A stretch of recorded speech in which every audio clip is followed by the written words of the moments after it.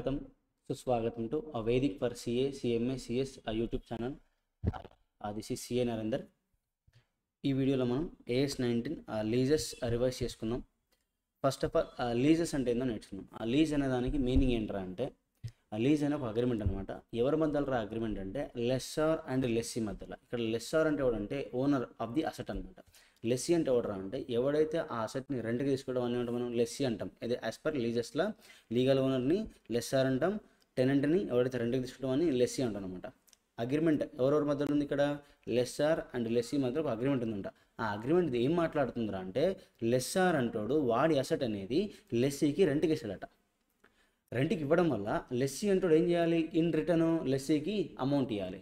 ఓకేనా? ఇది లీజెస్ అంటే. ఇక్కడ అమౌంట్ ఏదైతే ఇస్తాడో ఎవడైతే లెస్సీ అంటాడో ఏదైతే రెంట్ కడతాడో దాన్ని ఇక్కడ ఏమంటాం అంటే లీజ్ రెంటల్స్ అంటాం, మినిమం లీజ్ పేమెంట్ అంటాం అనమాట. ఏదైనా ఒకటే. ఇప్పుడు ఆ అసెట్ లెస్సీ అంటాడు లెస్సార్కి యూజ్ చేసుకోమని ఇస్తాడు అనమాట. Over a period of time, అది 5 years కావచ్చు, 10 years కావచ్చు అనమాట. ఒక టర్మ్ ఉంటుంది దానికి. దీన్నే లీజెస్ అని పిలుస్తాం అనమాట. ఓకేనా? లీజ్ అంటే ఇదే. ఇది meaning, basic meaning of lease అంటే ఏందో. ఓకేనా? నెక్స్ట్ ఒక ఎగ్జాంపుల్ తీసుకుందాం మనం. XYZ లిమిటెడ్ అనేది బిల్డింగ్ రెంట్కి ఇచ్చింది. ఎవరికి ఇచ్చింది? ABC లిమిటెడ్కి ఇచ్చింది. ఎన్ని రోజులకి ఇచ్చింది? 3 years ఇచ్చింది అనమాట. రెంట్ ఎంత కట్టాలి? ఎవ్రీ ఇయర్ 12 lakhs రెంట్ కట్టాలి సంవత్సరానికి. ఇది మనకి ఇచ్చిన data.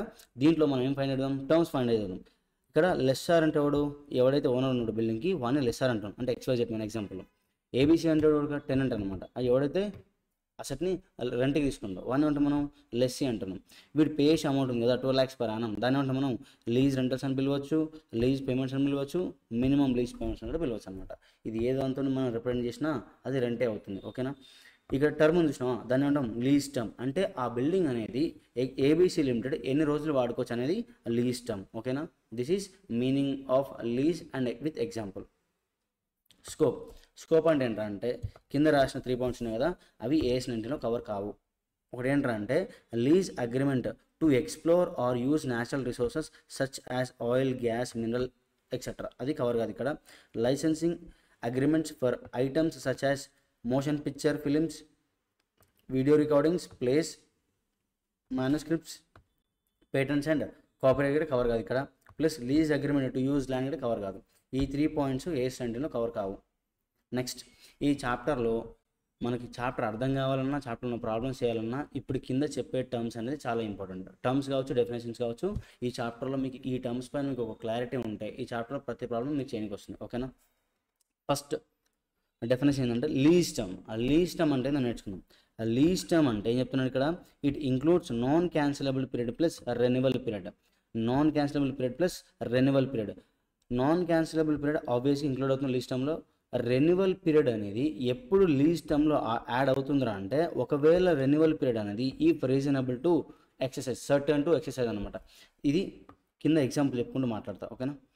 XYZ limited give building on rent to ABC limited for 5 years and option to renewal for 3 years. ఇక్కడ ఏం చెప్తున్న ఎగ్జాంపుల్ అంటే XYZ లిమిటెడ్ అనేది తన దగ్గర ఉన్న బిల్డింగ్ని ABC లిమిటెడ్కి ఇచ్చింది. ఎన్ని రోజులకు ఇచ్చింది? 5 years వాడుకోండి అని చెప్పింది.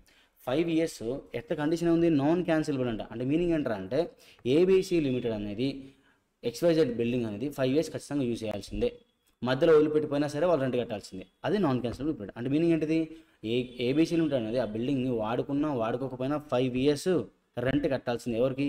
XYZ limited. అది non cancellable period. XYZ limited ABC లిమిటెడ్కి ఏమి ఇచ్చింది? ఆఫ్టర్ 5 years, ఈ 5 years అయిపోయిన తర్వాత ఒకవేళ ABC లిమిటెడ్ కావాలి అని అనుకుంటే ఇంకొక 3 yearsని ఆ బిల్డింగ్ని ఇంకొక 3 years వాడుకోవచ్చు. ఒకవేళ కావాలి అనుకుంటే, ఇష్టం ఉంటేనే, బలవంతం ఏం లేదు, వాళ్ళ ఇష్టం లేదనుకో వెళ్ళిపోవచ్చు అక్కడ నుంచి. ఇక్కడ ఈ క్వశ్చన్లో ఈ 3 years అనేది క్యాన్సిలబుల్ పీరియడ్ అనమాట. ఈ కేసులో ఇప్పుడు లీజ్ టర్మ్ ఎంతరా అంటే చూడండి, 2 ఆన్సర్స్ ఉంటాయి మనకి. ఒకటేంటిది? ABC లిమిటెడ్ కనుక reasonable certain to exercise renewal option. Day 1 రోజు ABC లిమిటెడ్ అనుకుంటుంది వాళ్ళకి ఏదైతే ఆప్షన్ ఇచ్చారో ఆఫ్టర్ 5 years తర్వాత 3 years ఎక్స్టెండ్ చేసుకోవచ్చు అని టైం పీరియడ్. ఆ టైం పీరియడ్ని ABC లిమిటెడ్ కనుక నేను వాడుకుంటా, నేను దాన్ని రెంట్కి తీసుకుంటా ఇంకో 3 years అని అనిపిస్తే వాళ్ళకి లీజ్ టర్మ్ ఏమవుతుంది? ఈ 5 yearsతో పాటు ఈ 3 years కూడా మొత్తం కలిపి లీజ్ టర్మ్ అవుతుంది. ఒకవేళ ABC లిమిటెడ్ కనుక నాట్ సర్టైన్ అంటే దానికి అనిపిస్తుంది మేబీ తీసుకుంటానో తీసుకోనో, మ్యాక్సిమం తీసుకోవడానికి ఛాన్సెస్ ఎక్కువ అని అనిపించినప్పుడు ABC లిమిటెడ్ లీజ్ టర్మ్ ఎంత అంటే 5 years only non cancellable period. ఓకేనా?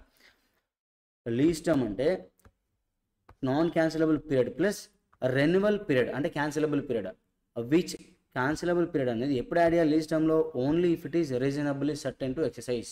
అంటే ఏదైతే టెనెంట్ ఉన్నాడో వాడు ఆ రెన్యువల్ ఆప్షన్ని ఖచ్చితంగా యూజ్ చేసుకుంటూ అనిపిస్తేనేమో లీజ్ టర్మ్లో ఆ ఎక్స్టెండెడ్ టర్మ్ యాడ్ చేయాలి. లేదు వాడికి నమ్మకం లేదు, వాడు యూజ్ చేసుకుంటాడో చేసుకోవడం తెలియదు అంటే మాక్సిమం యూజ్ చేసుకోకపోవచ్చు అనిపిస్తే ఏం చేయాలి? ఓన్లీ నాన్ క్యాన్సిలబుల్ పీరియడ్ మాత్రమే లీజ్ టర్మ్లో యాడ్ చేయాల్సి ఉంటుంది. ఓకేనా, లీజ్ టర్మ్ అంటే ఇది. Next lease payments, lease rentals, minimum lease payments, ఈ మూడు ఒకటే మీనింగ్. ఓకేనా, అంటే రెంట్ అనమాట. ఇండైరెక్ట్గా ఒక రెంట్, అది డైరెక్ట్ చెప్పాలంటే ఒక రెంట్. అది లెస్సార్ పాయింట్ ఆఫ్ వ్యూలో లీజ్ రెంటల్ అనేది వేరే ఉంటుంది, లెస్సీ పాయింట్ ఆఫ్ వ్యూలో లీజ్ రెంటల్ అనేది వేరే ఉంటుంది. ఒకసారి చూడండి, ఫస్ట్ లెస్సార్ పాయింట్ ఆఫ్ వ్యూలో మాట్లాడుకుందాం. లెస్సార్ పాయింట్ ఆఫ్ వ్యూలో లీజ్ రెంటల్లో ఏమేమి ఇంక్లూడ్ అవుతాయనంటే fixed lease rent plus guaranteed residual value plus renewal option plus purchase option payment. ఈ 4 కలిపితే వాడికి లీజ్ పేమెంట్ అవుతుంది. ఎవరికి? లెస్సార్కి. లెస్సీకి చూద్దాం ఇప్పుడు. లెస్సీకి ఏమవుతుంది? Fixed lease rent plus guaranteed residual value plus renewal option plus purchase option payment. ఈ 4 కలిపితే లెస్సీకి లీజ్ రెంట్ అవుతుంది. మరి ఇక్కడ వీళ్ళిద్దరు డిఫరెన్స్ ఏంట్రా అంటే వీళ్ళిద్దరికి ఎక్కడ డిఫరెన్స్ ఉంది లీజ్ రెంటల్లో అంటే ఇక్కడ గ్యారంటీడ్ రెసిడ్యువల్ వాల్యూలో డిఫరెన్స్ ఉందన్నమాట. గ్యారంటీడ్ రెసిడ్యువల్ వాల్యూ ఉంది. ఇప్పుడు వీళ్ళిద్దరికి డిఫరెన్స్ ఇక్కడ ఉంది. ఇప్పుడు ఏంటంటే ఒక్కొక్కటి మాట్లాడుకుంటూ కిందికి వెళ్ళినా కొద్దీ వీళ్ళిద్దరికి డిఫరెన్స్ చెప్తాను నేను. ఒక్కొక్క పాయింట్ మాట్లాడుకున్నాం. అసలు ఫిక్స్డ్ లీజ్ రెంట్ అంటే ఏంటిది? ఫిక్స్డ్ లీజ్ రెంట్ అంటే ఏంటంటే fixed lease rent for both lessee and lessor చెప్తున్నా. XYZ limited gave building on rent to ABC limited for 3 years. XYZ limited ఏం చేసింది? బిల్డింగ్ని రెంట్కి ఇచ్చింది. ఎవరికి? ABC లిమిటెడ్కి ఫర్ 3 yearsకి ఇచ్చింది. ఫిక్స్డ్ లీజ్ రెంట్ ఎంత అంటే ఇయర్ 1, 2, 3కి 10 lakhs, 11 lakhs, 12 lakhs అనమాట. అయితే ఇక్కడ లెస్సీకి లెస్సార్కి ఫిక్స్డ్ లీజ్ రెంట్ అంటే ఏందో చూద్దాం. Fixed lease rent for both lessor and lessee is equal to 10 lakhs plus 11 lakhs plus 12 lakhs. అంటే ఫిక్స్డ్ లీజ్ రెంట్ అంటే ఏంటంటే లెస్సార్ అంటాడు లెస్సార్ అండ్ లెస్సీ అంటాడు అగ్రిమెంట్కి ఎంటర్ అయ్యే రోజు మాట్లాడుకుంటాం అనమాట. ఎవ్రీ ఇయర్ నాకు ఫిక్స్డ్గా ఇంత అమౌంట్ ఇవ్వాలని లెస్సార్ అడుగుతాడు. అదే లెస్సీ అగ్రీ చేస్తాడు అనమాట. అదే fixed lease rent. Fixed lease రెంట్లో లెస్సార్కి లెస్సీకి ఏం డిఫరెన్స్ ఏం లేదు. లెస్సీకి ఏదైతే ఫిక్స్డ్ లీజ్ రెంట్ అయిందో లెస్సార్ కూడా అదే అవుతుంది. ఓకేనా. Next GRV. ఇది ఇంపార్టెంట్. ఇది ఇద్దరికి డిఫరెన్స్ అవుతుంది అనమాట. ఒక్కొక్కరు పాయింట్ ఆఫ్ వ్యూ ఒక్కొక్కటి GRV అవుతుంది. అసలు యాక్చువల్గా గ్యారంటీడ్ రెసిడ్యువల్ వాల్యూ అంటే ఏందో చూద్దాం. అసలు meaning of guaranteed residual value అంటే ఏంటో చెప్తా చూడండి. మనకు అందరూ తెలిసింది కదా రెసిడ్యువల్ వాల్యూ అంటే. రెసిడ్యువల్ వాల్యూ అంటే మీనింగ్ ఏంటిది? మనం వాడిన రోజులు అసలు వాడిన తర్వాత ఒకవేళ మనం బయట మార్కెట్లో అమ్ముకుంటే అది స్క్రాప్ కావచ్చు ఇంకెట్లన్నా కావచ్చు అమ్ముకుంటే మనకి ఎంతైతే అమౌంట్ వస్తుందో దాని అంటే మనం రెసిడ్యువల్ వాల్యూ అంటాం. అంతే కదా. అయితే ఇప్పుడు లెస్సార్ అంటూ ఏం చేసాడు? లెస్సీకి రెంట్కి ఇచ్చాను బిల్డింగ్ అనేది. ఫర్ ఎగ్జాంపుల్ కారు తీసుకున్నాం కొద్దిసేపు మనం. కారు లెస్సార్ అంటాడు లెస్సీకి రెంట్కి ఇచ్చింది అనమాట. ఎన్ని రోజులు ఇచ్చిండు? 5 years అనుకుందాం. 5 years తర్వాత ఒకవేళ ఆ అసెట్ కనుక ఆ కార్ కనుక ఓనర్ అంటే లెస్సార్ వాడుకొని ఉంటే ఆ 5 years తర్వాత ఓనర్ వాడుకొని 5 years తర్వాత అమ్మినుంటే ఓనర్కి లెస్సార్కి ఒక 5 lakhs వచ్చేది అనుకుందాం కొద్దిసేపు. అదే కార్ని లెస్సీకి ఇస్తే మేబీ వాడు 5 years వాడిన తర్వాత దాని వాల్యూ 0 అవుతుండొచ్చు. ఎందుకోసం? మనకు తెలుసు కదా, మన సొమ్ము ఒకరికి వాడతాం, పర్యాలకు సొమ్ము ఒకరికి వాడతాం కదా. అంటే మన సొమ్మే మంచిగా వాడతాం, పర్యాలకు సొమ్ము ఎట్లా వస్తున్నాం కదా దాన్ని. అంటే మొత్తం ఎంత వాడాలంటే వాడేస్తాం కదా, అంటే అడ్డవులుగా వాడేస్తాం కదా. సో ఇక్కడ ఏమవుతుందంటే GRV అంటే ఒకవేళ ఒక అసెట్ని ఓనర్ వాడుకున్న తర్వాత ఎన్ని రోజులు అయితే వాడుకోవాలో అన్ని రోజులు వాడుకున్న తర్వాత ఒకవేళ మార్కెట్లో అమ్మితే ఎంత అయితే అమౌంట్ వస్తుందో దాని అంటే మనం రెసిడ్యువల్ వాల్యూ అంటాం. ఇక్కడ ఏం చెప్తున్నాం అంటే ఈ లెస్సార్ అంటాడు మన అసెట్ని జాగ్రత్తగా వాడుకోవాలంటే మనకు కండిషన్ పెడతాం. అరే బాబు 5 years తర్వాత నాకు ఆ అసెట్ అమ్ముకుంటే 5 lakhs రావాలి. ఒకవేళ తక్కువ వస్తే ఎంతైతే తక్కువ వచ్చిందో నువ్వు కట్టియాలని చెప్తున్నావు. ఓకేనా. నేను అంటున్నాను ఇక్కడ లెస్సార్ అంటాడు కండిషన్ పెట్టిన ఎవరికి? లెస్సీకి. అరే బాబు నువ్వు అసెట్ ఇస్తున్నావు 5 years, దాని తర్వాత ఒకవేళ నేను అసెట్ అమ్ముకోవాలంటే నాకు 5 lakhs రావాలి. ఒకవేళ 5 lakhs కంటే ఎంతైతే తక్కువ వస్తుందో అంత అమౌంట్ నువ్వు నాకు కాంపెన్సేట్ చేయాలని చెప్తాను. దాన్ని ఏమంటాం? Guaranteed residual value. లెస్సార్ అంటాడు ఎంతైతే కండిషన్ పెట్టిందో అది మొత్తం రెసిడ్యువల్ వాల్యూ మొత్తం అడుగుతాడు లెస్సార్ అంటాడు. బట్ మేబీ లెస్సీ అంటాడు మొత్తం మనకు కావాల్సిన 5 lakhs మొత్తం గ్యారంటీ ఇవ్వకపోతుండొచ్చు. ఏమని ఇస్తుండొచ్చు? మన పాయింట్ ఆఫ్ వ్యూ ఏంటిది? 5 lakhs ఇస్తాను మనం అనుకుంటున్నాం. వాడు ఏమంటున్నావు? అరే బాబు నేను 5 lakhs గ్యారంటీ ఇవ్వను మీకు, ఆఫ్టర్ 5 years నీ అసెట్ నేను వాడుకున్న తర్వాత ఒక 3 lakhs వరకు నేను గ్యారంటీ ఇస్తాను. ఒకవేళ 3 lakhs తక్కువ అయితే నేను పైసలు ఇస్తాను. ఒకవేళ 3 lakhs పోయింది అనుకో, 3 lakhs ఆర్ ఎబో పోయిందనుకో నేను పైసలు లేనని చెప్తాడు. ఇది ఎక్కడ ఏంటిది? ఇదేమో రెసిడ్యువల్ వాల్యూ. దీనిలో ఉంది guaranteed residual value. Residual value ఎంత గ్యారంటీ ఇచ్చిండు? 3 lakhs ఇచ్చింది. This is guaranteed residual value. మరి ఇంకో 2 lakhs ఉంటుంది అన్గ్యారంటీడ్ రెసిడ్యువల్ వాల్యూ. అంటే residual value is equal to guaranteed residual value plus unguaranteed residual value is equal to residual value. ఓకేనా. This is guaranteed residual value. ఓకేనా. ఒక example తీసుకున్నాం చూడండి. XYZ limited gave building on rent to ABC limited for rupees 12 lakhs per annum for 3 years and guaranteed residual given by ABC limited is rupees 7 lakhs at the end of lease term. ఇక్కడ ఏమైందంటే లెస్సీకి లెస్సార్కి guaranteed residual value ఎంతరా అంటే lease rentals. ఒకవేళ guaranteed residual value క్వశ్చన్లు ఇస్తే lease rentals ఎట్లా కనుక్కోవాలంటే year 1, year 2, year 3 ఎంత rent ఇస్తాను వాడు, ఎవ్రీ ఇయర్ రెంట్ 12 lakhs అన్నాడు. దాంతోపాటు year ending third year ending ఏమి ఇస్తున్నాడు, ఏబీసీ లిమిటెడ్ వాడు గ్యారంటీ ఇచ్చిండు, జీఆర్వీ ఇచ్చిండు. అది కూడా మన పేమెంట్ కదా, లీజ్ రెంటల్స్ కదా మనకి నేర్చుకున్నాం. ఈ 4 కలిపితే యాడ్ చేస్తేనే లీజ్ రెంటల్స్ అవుతుంది ఇద్దరికి. సో మనకి ఇక్కడ ఏమొచ్చింది, రెంట్తో పాటు జీఆర్వీ కూడా వచ్చింది కాబట్టి జీఆర్వీ కూడా రెంట్ లెక్క తీసుకోవాలి. సో ఇక్కడ లీజ్ రెంటల్స్ ఏమవుతాయి, 12 lakhs plus 7 lakhs is equal to 43 lakhs for both lessee and lessor. ఇక్కడ చూడండి question example number 2. Laptop purchased by XYZ limited through online platform and gave rent to ABC limited for 3 years 30,000 per annum rent. GRV given by online platform rupees 40,000 after 3 years and GRV is not given by ABC Limited. ఈ be కేసులో ఏమైందంటే XYZ limited అనేది ఒక laptop కొనుక్కుంది. ఆ laptop అనేది ఆన్లైన్లో కొనుక్కుంది. Online ఏదైతే కొన్నారో online వాడు చెప్పింది అనమాట, అరే బాబు ఆఫ్టర్ 3 years నీకు ఒకవేళ నువ్వు కావాలనుకుంటే ఆ ల్యాప్టాప్ మాకు అమ్మొచ్చు, మాకు అమ్మితే ఆఫ్టర్ 3 years నీకు 40,000 ఇస్తా అని చెప్పింది. ఎవరు ఇచ్చి ఇక్కడ ఆన్లైన్ ప్లాట్ఫామ్ ఇచ్చింది గ్యారంటీ. ఏబీసీ లిమిటెడ్ అంటాడు రెంట్ తీసుకుందాన్ని 30,000కి, సార్ ఏబీసీ లిమిటెడ్ 30,000కి రెంట్ తీసుకోండు. ఆఫ్టర్ 3 years వాడేం గ్యారంటీ ఇవ్వలే అనమాట. నీ ల్యాప్టాప్ 3 years వాడుకున్న తర్వాత నేను ఇంత గ్యారంటీ ఇస్తాను అంత ఇస్తాను అని చెప్పి ఏబీసీ లిమిటెడ్ చెప్పలే అనమాట. ఈ కేసులో లీజ్ రెంటల్స్ ఫర్ లెస్సీ ఏమవుతుంది, లీజ్ రెంటల్ ఫర్ లెస్సార్ ఏమవుతుంది చూద్దాం. లీజ్ రెంటల్స్ ఫర్ లెస్సీ 1, 2, 3 yearsకి 30,000 మాత్రం లీజ్ రెంటల్స్ అవుతున్నాయి. ఇక్కడ జీఆర్వీ యాడ్ చేయట్లేదు. ఎందుకోసం అంటే లెస్సీ ఇక్కడ గ్యారంటీ ఇవ్వలేదు, జీఆర్వీకి గ్యారంటీడ్ రెసిడ్యువల్ అనేది లెస్సీ ఇవ్వలేదు. వాడు థర్డ్ పార్టీ ఇచ్చినంట, వాడిస్తే కదా వాడు ఆబ్లిగేషన్ ఉండేది. వాడు ఏమైనా ఆబ్లిగేషన్ ఒప్పుకోలేదు కాబట్టి వాడికి ఏంటిది కాదు, వాడికి లీజ్ జీఆర్వీ అనేది లీజ్ రెంటల్ రాదు. బట్ లెస్సార్ చూడండి rent 30,000 plus 40,000 GRV given by third party. ఇక్కడ వీరికి లీజ్ రెంటల్ అయింది 1,30,000 అయింది. అంటే ఇక్కడ చూడండి ఈ ఎగ్జాంపుల్ 1కి ఎగ్జాంపుల్ 2 డిఫరెన్స్ ఏంట్రా అంటే GRV given by third party or lessee. ఈ ఎవరైనా సరే జీఆర్వీ అనేది థర్డ్ పార్టీ ఇచ్చినా లెస్సీ ఇచ్చినా లెస్సార్ అంటోడు ఏం చేస్తుండో వాడిని లీజ్ రెంటల్ యాడ్ చేసుకుంటున్నాడు అనమాట. బట్ లెస్సీ అంటోడు ఆ జీఆర్వీ అనేది వాడు మాత్రమే, అంటే లెస్సీ అంటోడు లెస్సీ జీఆర్వీ ఇస్తేనే, లెస్సీ అంటోడు జీఆర్వీకి ఒప్పుకుంటేనే వాడి లీజ్ రెంటల్లో జీఆర్వీ ఇంక్లూడ్ అవుతుంది. ఒకవేళ వాడు గ్యారంటీ ఇవ్వకపోతే ఆ జీఆర్వీ అమౌంట్ అని లీజ్ రెంటల్లో యాడ్ అవ్వట్లేదు. బట్ లెస్సార్ అంటోనికి జీఆర్వీ అనేది లెస్సీ ఇచ్చినా థర్డ్ పార్టీ ఇచ్చినా వాడు లీజ్ రెంటల్లో యాడ్ చేసుకుంటుండు. ఓకేనా, ఇదే డిఫరెన్స్. వీళ్ళిద్దరికి ఎక్కడ డిఫరెన్స్ ఉన్నా ఇవే difference. Guarantee residual value third party ఇచ్చినా లేదా లెస్సీ ఇచ్చినా వీడు ఏం చేస్తాడు, లీజ్ రెంటల్ యాడ్ చేసుకోవాలి లెస్సర్ అంటాడు. లెస్సీ అంటాడు guarantee residual value lease rental ఎప్పుడు యాడ్ చేస్తున్న వాడు ఓన్లీ జీఆర్వీ అనేది వీడు మాత్రం గ్యారంటీ ఇస్తేనే, జీఆర్వీకి వీడు ఒప్పుకుంటేనే వాడు లీజ్ రెంటల్ యాడ్ అవుతుంది లెస్సీకి. ఓకేనా, ఇదే డిఫరెన్స్ వాళ్ళిద్దరికి. నెక్స్ట్ ఏంటిది, రెన్యువల్ ఆప్షన్. ఎగ్జాంపుల్ ఇద్దాం.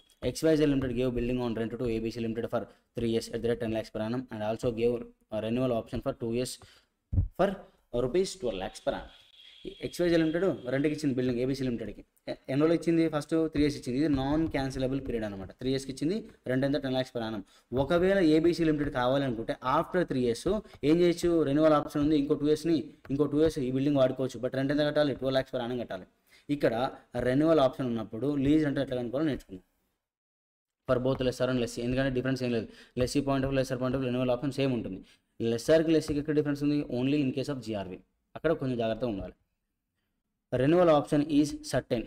ఇప్పుడు ఏమైందంటే రెన్యువల్ ఆప్షన్ అనేది ఏబీసీ లిమిటెడ్ అనేది ఈ ఎక్స్ట్రా 2 yearsని వాడుకుంటా అనిపించినప్పుడు లీజ్ రెంటల్ ఏమవుతుంది, ఒకవేళ ఏబీసీ లిమిటెడ్ అనేది 2 yearsని వాడుకోకపోతే నెక్స్ట్ అంటే ఫర్దర్ ఎక్స్టెన్షన్ చేయకపోతే లీజ్ రెంట్ ఏమవుతుందో నేర్చుకుందాం. ఒకవేళ ఏబీసీ లిమిటెడ్ అనేది సర్టెన్ అంటే ఏంటిది, ఆ 2 years వాడుకుంటా అంట, అప్పుడు లీజ్ రెంట్ ఏమవుతుందంటే ఫస్ట్ 3 yearsకి ఏమో 10 lakhs అవుతుంది రెంట్. మనం ఇంకో 2 years వాడుకుంటాం కదా, దానికి ఎంత కట్టాలి రెంట్ 12 lakhs కట్టాలి. సో లీజ్ రెంట్ ఎంత 54 lakhs. ఒకవేళ ఏబీసీ లిమిటెడ్ కనుక ఈ 2 yearsని వాడుకుందాం అనుకుంటే, ఒకవేళ ఏబీసీ లిమిటెడ్ ఏమనుకుంటుంది వాడుకో అని అన్నప్పుడు లీజ్ రెంట్ ఏమవుతుందంటే 10 lakhs ఓన్లీ 3 lakhsకే వస్తుంది, సారీ 3 yearsకే వస్తుంది రెంట్. ఇంకో 2 years తీసుకోవాలి కాబట్టి దాని రెంట్ కాదు కాబట్టి నో లీజ్ రెంట్ అది. సో ఇక్కడ ఏమవుతుంది, లీజ్ రెంట్ 30 lakhs అవుతుంది. లెస్సార్ పాయింట్ ఆఫ్ వ్యూలో ఇదే ఆన్సర్ వస్తుంది. లెస్సీ పాయింట్ ఆఫ్ వ్యూ ఇది ఆన్సర్ వస్తుంది. ఓకేనా, ఇద్దరికి ఇదే ఆన్సర్, ఎందుకంటే డిఫరెన్స్ ఏం లేదు. రెన్యువల్ ఆప్షన్ అనేది ఇద్దరికి సేమ్ ఉంటుంది. Purchase option at the end of lease term.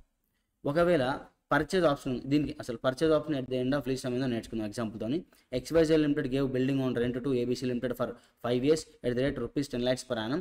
XYZ Limited also gave an option to purchase the building at the end of 5th year at rate 25 lakhs. ఇప్పుడు చూడండి, purchase option ఉన్నప్పుడు lease టర్మ్లో, lease అగ్రిమెంట్లో purchase option ఉన్నప్పుడు lease rentals ఎట్లా కనుక్కోవాలి? In case of lessee and lessor both same ఉంటుంది. చూడండి, purchase option reasonably certain. Purchase option కనుక ఏబీసీ లిమిటెడ్ అంటే ఏబీసీ లిమిటెడ్ అన్నాడు కదా, లెస్సార్ అంటాడు కనుక at the end of lease term ఆసెట్ని కొనుక్కుంటా అన్నప్పుడు లీజ్ రెంటల్స్ ఏమేమి ఉంటాయంటే ఇయర్ 1 లీజ్ రెంటల్ ఉంటాయి, ఇయర్ 2, ఇయర్ 3, ఇయర్ 4, ఇయర్ 5 ఇవి లీజ్ రెంటల్స్ ఉంటాయి, ఫిక్స్డ్ లీజ్ రెంటల్స్. దాంతోపాటు పర్చేజ్ చేస్తాను కదా, ఎంత అమౌంట్కి అయితే పర్చేజ్ చేస్తానో అదేం చేయాలి? లీజ్ రెంటల్కి యాడ్ చేయాల్సి ఉంటుంది. లీజ్ రెంటల్కి యాడ్ చేయాల్సి ఉంది. ఎప్పుడు? ఒకవేళ లెస్సీ అంటోడు ఆ లీజ్ టర్మ్ అయిపోయిన తర్వాత అసెట్ కొనుక్కుంటా అంటే, ఓకేనా. ఒకవేళ లెస్సీ అంటాడు ఆ లీజ్ టర్మ్ అయిపోయిన తర్వాత అసెట్ కొనను అన్నప్పుడు లీజ్ రెంటల్స్ ఏముంటాయి? ఓన్లీ రెంటే ఉంటుంది, పర్చేజ్ ఆప్షన్ లేదు కాబట్టి ఇక్కడ పర్చేజ్ తీసుకోడు. ఓకేనా, this is lease rentals in case of purchase option ఉన్నప్పుడు. ఓకేనా, ఫర్ లెస్సీ ఇంతే అమౌంట్ వస్తుంది, లెస్సర్ ఇంతే అమౌంట్ వస్తుంది. ఓకేనా, ఇంకొకసారి ఇది చూడండి. ఇప్పుడు లెస్సీ, లెస్సార్ ఈ 4 కలిపితే లెస్సార్కి లీజ్ రెంట్ అవుతుంది. ఈ లెస్సీకి ఈ 4 కలిపితే లీజ్ రెంట్ అవుతుంది. ఈ ఫిక్స్డ్ లీజ్ రెంటల్స్లా ఏం డిఫరెన్స్ లేదు. వీడికి ఎంతైతే ఫిక్స్డ్ లీజ్ రెంటల్స్ వస్తాయో వీడికి అంతే అవుతుంది అమౌంట్. ఈ రెన్యువల్ ఆప్షన్లో వీడికి ఎంతైతే అమౌంట్ లీజ్ రెంటల్స్ యాడ్ చేయాల్సి ఉంటుందో వీడంతే యాడ్ చేయాల్సి ఉంటుంది. పర్చేజ్ ఆప్షన్ ఉన్నప్పుడు వీడు ఎంతైతే యాడ్ చేసుకుంటారు లీజ్ రెంటల్లో వీడంతే యాడ్ చేయాల్సి ఉంటుంది. బట్ జిఆర్వికి వచ్చేసరికి ఒకవేళ జిఆర్వి గ్యారంటీ రెసిడ్యువల్ వాల్యూ కనుక లెస్సార్ పాయింట్ ఆఫ్ వ్యూలా లెస్సీ ఇచ్చినా సరే థర్డ్ పార్టీ ఇచ్చినా సరే వాడు ఏం చేస్తాడు? లీజ్ రెంటల్ యాడ్ చేసుకుంటాడు. బట్ లెస్సీకి వచ్చేసరికి ఒకవేళ గ్యారంటీడ్ రెసిడ్యువల్ వాల్యూ అనేది లెస్సీ ఇస్తేనే వీళ్ళు లీజ్ రెంటల్ యాడ్ చేసుకుంటాడు, లేకపోతే యాడ్ చేసుకోడు. ఓకేనా, ఇది డిఫరెన్స్ ఈ రెండింటికి. ఇది లీజ్ రెంటల్, ఇదే మెయిన్ ఇంపార్టెంట్ ఇక్కడ. ప్రతిదానికి ఎగ్జాంపుల్ మాట్లాడుకున్నాం మనం ప్రతి పాయింట్కి. నెక్స్ట్ కొన్ని టర్మ్స్ నేర్చుకుందాం. గ్రాస్ ఇన్వెస్ట్మెంట్ అంటే ఏంట్రా అంటే minimum lease payments plus unguaranteed residual value. Gross investment అంటే ఏంట్రా అంటే minimum lease payments plus unguaranteed residual value అంటే గ్రాస్ ఇన్వెస్ట్మెంట్ అనమాట. మినిమం లీజ్ పేమెంట్స్ అంటే మనం ఏం నేర్చుకున్న పైన ఫిక్స్డ్ లీజ్ రెంట్ ఉంటుంది, జిఆర్వి ఉంటుంది. ఇఫ్ సర్టెన్ పర్చేజ్ ఆప్షన్ కనుక నేను అప్లై చేస్తాను అంటే లెస్సీ అంటే నేను పర్చేజ్ చేసి అసెట్ అన్నప్పుడు ఏమవుతుంది? మినిమం లీజ్ రెంటల్లో ఇది విధంగా యాడ్ అవుతుంది పర్చేజ్ ప్రైస్. ఒకవేళ మినిమం లీజ్ పేమెంట్లో రెన్యువల్ ఆప్షన్, ఒకవేళ లెస్సీ అంటాడు నేను ఎక్స్టెండెడ్ పీరియడ్ రెన్యువల్ ఆప్షన్ని చూస్ చేసుకుంటా అంటే ఏమవుతుంది? ఆ రెంట్ గిడంగా ఆ అమౌంట్ కూడా ఏమవుతుంది? మినిమం లీజ్ పేమెంట్లో యాడ్ అవుతుంది. So gross investment equal to minimum lease payments plus unguaranteed residual value. ఓకేనా, రెసిడ్యువల్ వాల్యూ ఈజ్ ఈక్వల్ మనం ఆల్రెడీ నేర్చుకున్న పైన guaranteed residual value plus unguaranteed residual value is equal to residual value. Net investment అంటే ఏంటంటే అంటే present value of gross investment. దీన్ని మనం ఏం చేయాలి? ప్రజెంట్ వాల్యూ పట్టుకురావాలి. ఈ గ్రాస్ని ప్రజెంట్ వాల్యూ చేస్తే మనకి ఏమొస్తుంది? నెట్ ఇన్వెస్ట్మెంట్ వస్తుంది. లేదా ఈ మినిమం లీజ్ పేమెంట్స్ని ప్రజెంట్ వాల్యూ పట్టుకురావడంతో పాటు జిఆర్ ఉంది, యూజిఆర్ ఉంది కదా, దానికి ప్రజెంట్ వాల్యూ పట్టుకొచ్చిన తర్వాత మనకు నెట్ ఇన్వెస్ట్మెంట్ వస్తుంది. నెట్ ఇన్వెస్ట్మెంట్కి 2 ఫార్ములాస్ ఉన్నాయి ఇక్కడ. అన్అర్న్డ్ ఫైనాన్స్ ఇన్కమ్ అంటే గ్రాస్ ఇన్వెస్ట్మెంట్కి నెట్ ఇన్వెస్ట్మెంట్కి మన డిఫరెన్స్ ఉంది ఇష్టమా? అదే unearned finance income, nothing but interest. మనం డిస్కౌంట్ చేయడం వల్ల ఏమవుతుంది? గ్రాస్ని ప్రజెంట్ వాల్యూ పట్టుకోవడం వల్ల ఏమవుతుంది? అమౌంట్ డిక్రీజ్ అవుతుంది కదా, ఎంతైతే అమౌంట్ డిక్రీజ్ అయిందో దాన్ని మనం అంటాం అన్అర్న్డ్ ఫైనాన్స్ ఇన్కమ్ అంటాం. ఈ 4 ఫార్ములాస్ ఇంపార్టెంట్. ఇవి ఎందుకురా అంటే పైన ఉన్న దాన్ని అటు ఇటు తిప్పితే నేను కొన్ని ప్రాబిలిటీస్ రాసిన, ఇవి తర్వాత చూసుకోండి మీరు. ఓకేనా, ఇవి నేను కొన్ని ప్రాబిలిటీస్ అటు ఇటు ఏమవుతుందంటే gross investment is equal to net investment unearned finance income రాసుకోవచ్చు. చూడండి, ఇక్కడ అన్అర్న్డ్ ఫైనాన్స్ ఇన్కమ్ అంటే ఏం చెప్తాం మనం? ఇక్కడ gross investment minus net investment అంటున్నాం కదా. ఇప్పుడు మనకేం గ్రాస్ ఇన్వెస్ట్మెంట్ కావాలంటే దీనికి ఇక్కడ పంపిస్తే అయిపోతాయి కదా. అట్లా నేను కొన్ని కాంబినేషన్తో ఇవి చేసిన అనమాట, ఈ 4 ఇవి మీరు తర్వాత చూసుకోండి. ఓకేనా, ఇవి టర్మ్స్. పైన టర్మ్స్ ఏవైతే ఉన్నాయో అవి మీకు క్లియర్ కట్ వచ్చిన తర్వాత మీకు బాగా అర్థమైన తర్వాతనే నెక్స్ట్ ఫర్దర్గా మీకు అర్థమవుతూ ఉంటుంది. ఓకేనా, పైన టర్మ్స్ ఇంపార్టెంట్. ఈ చాప్టర్లో ఏమైనా ఇంపార్టెంట్ ఉందంటే పైన టర్మ్సే ఇంపార్టెంట్. ఓకేనా, టైప్స్ ఆఫ్ లీజెస్. లీజెస్ ఎన్ని రకాలు అంటే టూ టైప్స్ అనమాట. ఒకటి operating lease, finance lease. Operating lease అంటే ఏంటిది? ఫైనాన్స్ లీజ్ అంటే ఏంటంటే ఆపరేటింగ్ లీజ్ అంటే ఏంటరా అంటే ఆపరేటింగ్ లీజ్లో అసెట్లో ఉన్న ఏవైతే అసెట్ పైన ఉన్న రిస్క్ అండ్ రివార్డ్స్ ఉంటాయా, అసెట్లో ఉన్న ఏదైతే లీజ్డ్ అసెట్ ఉందో దాంట్లో ఉన్న రిస్క్ అండ్ రివార్డ్స్ అనేవి లెస్సీకి ట్రాన్స్ఫర్ అవ్వవు, లెస్సార్ దగ్గరనే ఉంటాయి. ఆ రిస్క్ అండ్ రివార్డ్స్ అనేది మొత్తం లెస్సార్ దగ్గరనే ఉంటాయి. ఎక్కడ? ఆపరేటింగ్ లీజ్లో. ఫైనాన్స్ లీజ్లో ఏమవుతుందనంటే ఫైనాన్స్ లీజ్లో ఆ లీజ్ అసెట్లో ఉన్న రిస్క్ అండ్ రివార్డ్స్ లెస్సీకి ట్రాన్స్ఫర్ అయిపోతాయి. ఓకేనా? ఫైనాన్స్ లీజ్ అంటే ఏంటి మీనింగ్? ఫైనాన్స్ లీజ్ అంటే ఏదైతే మనం లీజ్ చేసినామో, లీజ్కి ఇచ్చినామో ఆ అసెట్లో ఉన్న రిస్క్ అండ్ రివార్డ్స్ అనేవి లెస్సీకి ట్రాన్స్ఫర్ అయిపోతాయి. అప్పుడు ఏమన్నా దాన్ని మనం ఫైనాన్స్ లీజ్ అనాలి. మనకు మరి ఇప్పుడు ఫైనాన్స్ లీజ్ అని చెప్తాను కదా, రిస్క్ అండ్ రివార్డ్ ట్రాన్స్ఫర్ కావాలి లెస్సీకి అని చెప్పి. మనకి ఎట్లా తెలుస్తుంది రిస్క్ అండ్ రివార్డ్స్ ట్రాన్స్ఫర్ అయినాయి అని అంటే కింద ఒక 5 పాయింట్స్ ఇచ్చిన వీడు, ఆ 5 పాయింట్స్లో ఏ పాయింట్ మీట్ అయినా మనం ఏమనుకోవాలి, రిస్క్ అండ్ రివార్డ్స్ లెస్సీకి ట్రాన్స్ఫర్ అయినాయి అనుకొని ఫైనాన్స్ లీజ్ అకౌంటింగ్ చేయాల్సి ఉంటుంది. ఓకేనా? Indicators of finance lease. Risk and rewards transfer అయినా కాలేదా లెస్సీకి అని అంటే ఈ కింద ఒక 5 పాయింట్స్ ఉన్నాయి, దాంట్లో ఏ ఒక్కటి మనం మీట్ అయినా దాన్ని మనం ఫైనాన్స్ లీజ్ అనుకొని దాన్ని ఏం చేయాలి, మనం ఫైనాన్స్ లీజ్ అకౌంటింగ్ చేయాల్సి ఉంటుంది. ఓకేనా? First point ownership. ఒకవేళ ఆ లీజ్ అసెట్ ఏదైతే ఉందో దాని యొక్క ఓనర్షిప్ అనేది లీజ్ టైం అయిపోయిన తర్వాత లెస్సీకి వెళ్ళిపోతుందంట. ఏమంటే ఇక్కడ ownership of the leased asset after end of lease term లెస్సీకి వెళ్ళిపోతుందంట. అప్పుడు ఏమనుకోవాలి, మనం ఫైనాన్స్ లీజ్ అనుకోవాలి, రిస్క్ అండ్ రివార్డ్స్ ట్రాన్స్ఫర్ అయినా అనుకోవాలి. కింద ఎగ్జాంపుల్ ఇచ్చిన చెక్ చేసుకోండి. Purchase option at the rate lower than fair value. Lessor అంటాడు ఏదైతే లీజ్ ఇచ్చినామో ఆ అసెట్ని లీజ్ టర్మ్ తర్వాత లెస్సీకి ఒక ఆప్షన్ ఇచ్చిండు. అరే బాబు మార్కెట్లో 10 లక్షలు అమ్మడవుతుంది ఆఫ్టర్ లీజ్ టర్మ్, బట్ నువ్వు 7 lakhsకి తీసుకో అని చెప్పిండు. అంటే ఏం చెప్తున్నాడు, లెస్సార్ అంటాడు పర్చేజ్ ఆప్షన్ ఇస్తుండు. ఎవరికి? లెస్సీకి. పర్చేజ్ ఆప్షన్ ఎట్లా ఇస్తుండు, లెస్ దాన్ ఫేర్ వాల్యూ ఇస్తుండు. ఈ టర్మ్ కనుక మీకు లీజ్ అగ్రిమెంట్లో కనబడుతుంది, దాన్ని అనుకోని మనం ఫైనాన్స్ లీజ్ అనుకొని ఫైనాన్స్ లీజ్ అకౌంటింగ్ చేయాల్సి ఉంటుంది. ఓకేనా? ఎగ్జాంపుల్ ఇచ్చిన చూసుకోండి. Lease term. ఇప్పుడు ఏమైందంటే ఫర్ ఎగ్జాంపుల్ మనం ఒక అసెట్ మన దగ్గర ఒక అసెట్ ఉంది, కార్ అనుకుందాం. కార్ లైఫ్ మ్యాక్సిమం 10 years అనుకుందాం. Economic life of a car 10 years అనుకుందాం. అయితే లెస్సార్ అంటాడు లెస్సీకి ఎన్ని రోజులు లీజ్కి ఇచ్చినంట, ఆల్మోస్ట్ 8 years ఇచ్చినంట. అంటే ఆ అసెట్ లైఫే 10 years ఉంది, దాంట్లో 8 years మొత్తం లెస్సే వాడుకున్నా అంటే మాక్సిమం బెనిఫిట్ ఆఫ్ అసెట్ ఎవరు వాడుకున్నట్టు, ఇక్కడ లెస్సీ వాడుకున్నట్టు. అలాంటి కేసులో మనం ఏమనుకోవాలి, దాన్ని ఫైనాన్స్ లీజ్ అనుకోవాలి. ఎగ్జాంపుల్ చెక్ చేసుకోండి. Present value of minimum lease payments. మనం మినిమం లీజ్ పేమెంట్స్ అంటే మనం పైన మాట్లాడుకున్నాం కదా, ఫిక్స్డ్ లీజ్ రెంటల్స్ ఒకటి, జిఆర్వి ఒకటి, రెన్యువల్ ఆప్షన్ పేమెంట్ ఒకటి, పర్చేజ్ ఆప్షన్ పేమెంట్ ఒకటి. ఈ నాలుగిటిని మనం ఏం చేయాలి, ప్రజెంట్ వాల్యూ పట్టుకొస్తాం ఉంటాం. ఆ ప్రజెంట్ వాల్యూకి మనం పట్టుకొచ్చిన తర్వాత ప్రజెంట్ వాల్యూ పట్టుకొచ్చిన మినిమం లీజ్ పేమెంట్ అమౌంట్ అనేది almost fair value of asset ఏదైతే ఉందో దానికి ఈక్వల్ అవుతుంట. ఆల్మోస్ట్ ఒక 90% ఈక్వల్ అవుతుంట. 90% ఆర్ మోర్ ఈక్వల్ అయిందనుకో దాని వల్ల మనం ఫైనాన్స్ లీజ్ అని పిలవాలి. దానికి ఎగ్జాంపుల్ ఇచ్చిన చూసుకోండి. ఓకేనా? ఈ లాస్ట్ కండిషన్ ఒకటి చూడండి, specialised nature or tailor made.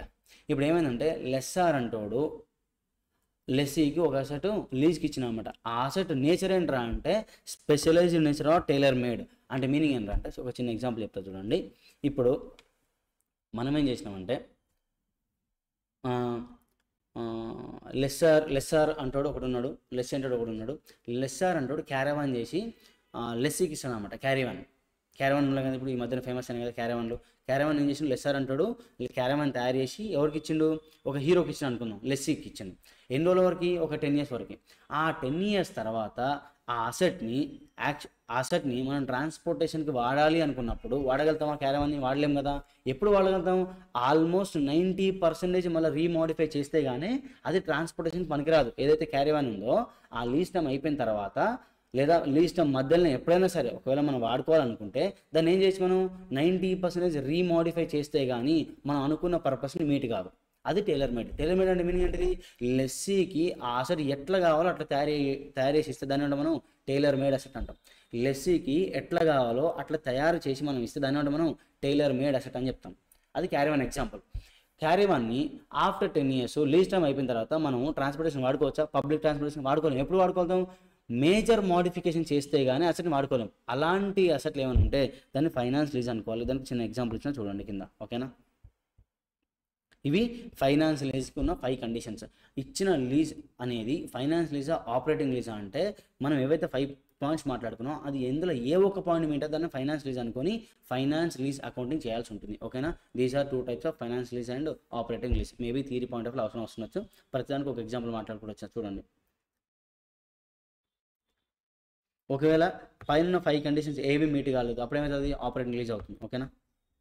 ఇది ఆపరేటింగ్ లీజ్, ఫైనాన్స్ లీజ్కి డిఫరెన్స్. ఇప్పుడు అకౌంటింగ్ ఫర్ ఫైనాన్స్ లీజ్ ఇప్పుడు ఏం నేర్చుకున్నాం మనం? అకౌంటింగ్ ఫర్ ఫైనాన్స్ లీజ్ని ఎట్లా అకౌంటింగ్ చేయాలో నేర్చుకున్నాం. In the books of lessee కావచ్చు, ఇన్ ద బుక్స్ ఆఫ్ లెస్సార్ కావచ్చు. First in the books of lessee finance lease ఎట్లా చేయాలో నేర్చుకున్నాం.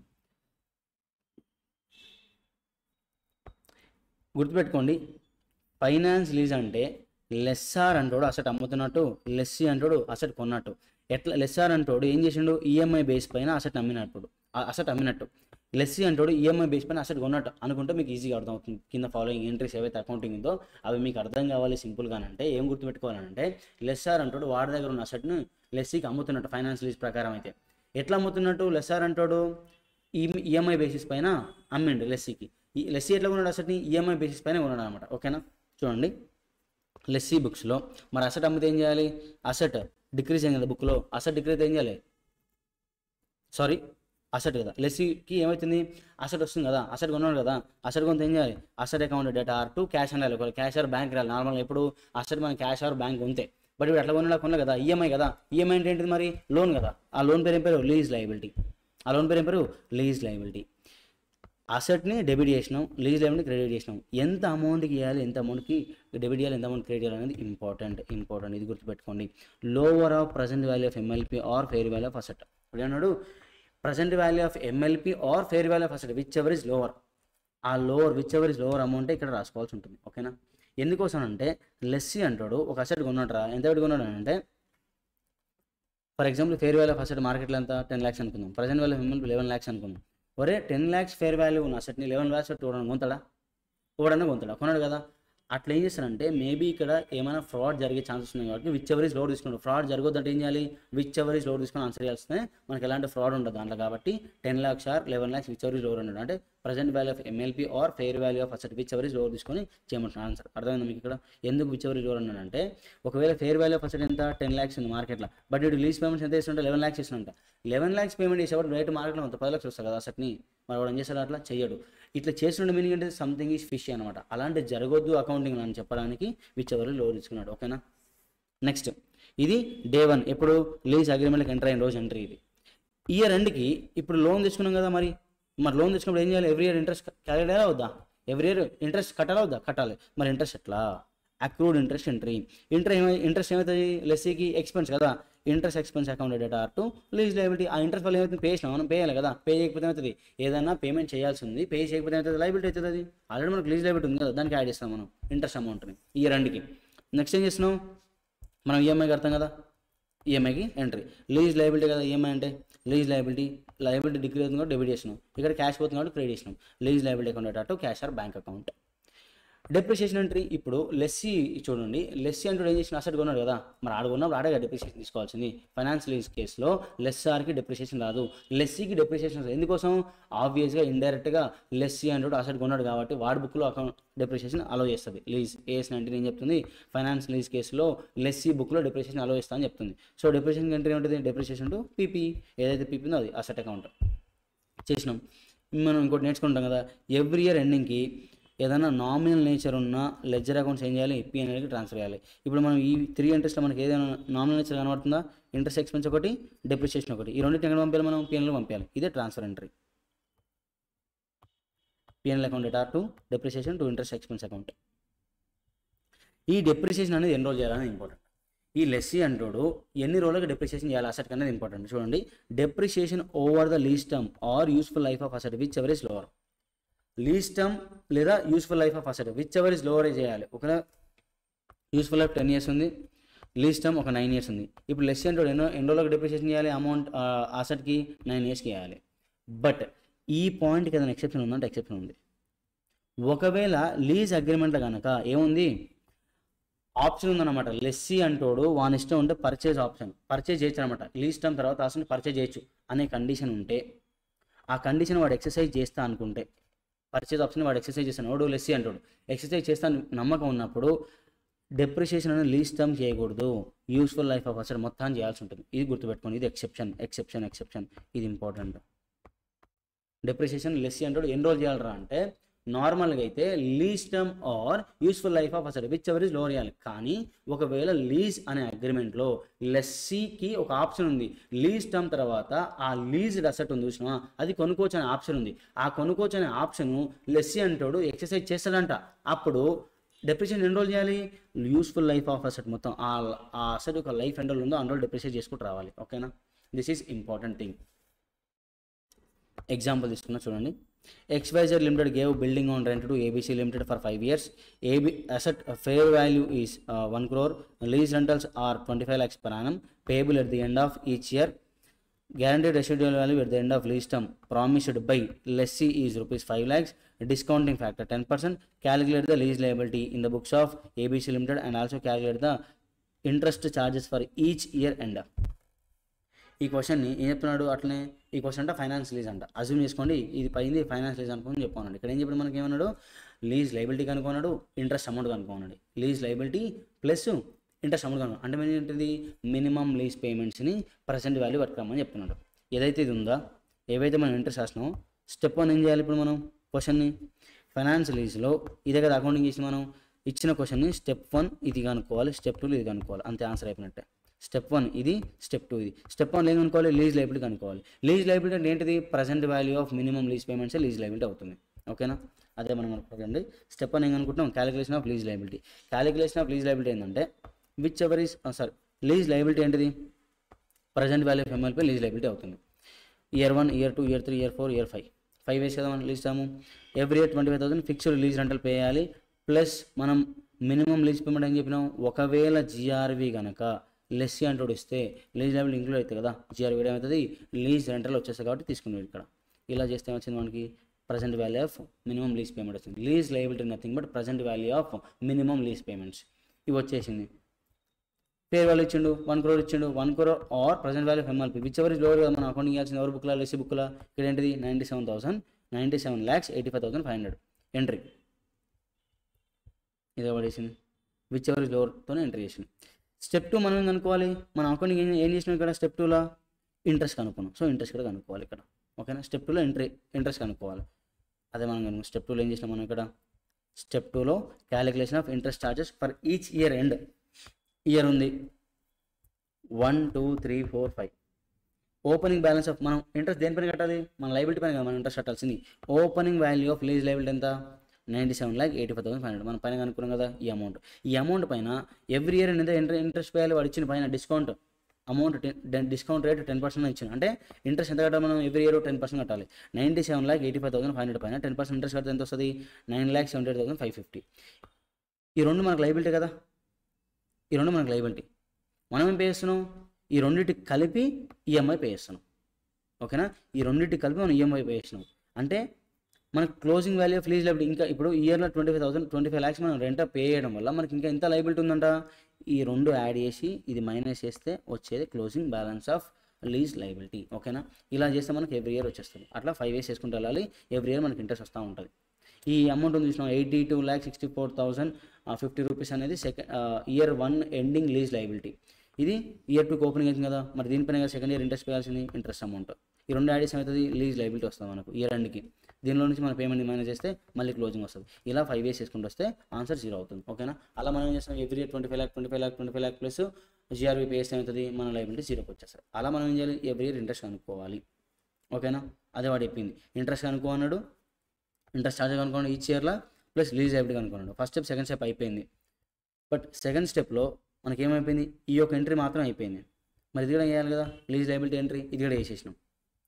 డెప్రిసియేషన్ చేయాలి. ఇప్పుడు డెప్రిసియేషన్ చేద్దాం. ఎంట్రీ ఇంట్రెస్ట్ ఎక్స్పెన్స్ ఎంత? ఫస్ట్ ఇయర్ ఇంతే కదా. లీజ్ లైబిలిటీ ఎంత? పేమెంట్ ఇంతే కదా, ఈఎంఐ పేమెంట్. సో డెప్రిసియేషన్ ఎంత? 97,85,500 డివైడ్ బై 5. ఇక్కడ రెన్యువల్ ఆప్షన్ ఏమన్నా? పర్చేజ్ ఆప్షన్ ఉందా? పర్చేజ్ ఆప్షన్ అంటే ఏం చేయాలి? లైఫ్ మొత్తం తీసుకోవాలి. ఇక్కడ ఏంది లేదు కాబట్టి ఓన్లీ లీజ్ టర్మ్ తీసుకొని డెప్రిసియేషన్ చేసినాం. ఆ డెప్రిసియేషన్ ఇంట్రెస్ట్ ఏం చేయాలి? పేమెంట్ ట్రాన్స్ఫర్ చేయాలి. అంతే ఎంట్రీ. పైన ఏదైతే మనం అకౌంటింగ్లో ఎంట్రీస్ రాసినామో అవే step 1, step 2, step 3, step 4, step 5 as it is రాసుకోవాలి. ఓకేనా, అది లెస్సీ బుక్లో accounting in case of finance lease. ఓకేనా, ఇప్పుడు లెస్సర్ బుక్లో అకౌంటింగ్ నేర్చుకున్నాం. ఫైనాన్స్ లీజ్ లెస్సర్ బుక్లో ఫైనాన్స్ లీజ్ అకౌంటింగ్ నేర్చుకున్నాం. ఫస్ట్ ఆఫ్ ఆల్ ఆ journal entries in the books of lessor ఏమనుకోవాలి, అసెట్ అమ్మిండి అనుకుంటే మనకు బాగా అర్థమవుతుంది. కింద అకౌంటింగ్ ఎంట్రీస్ అనమాట.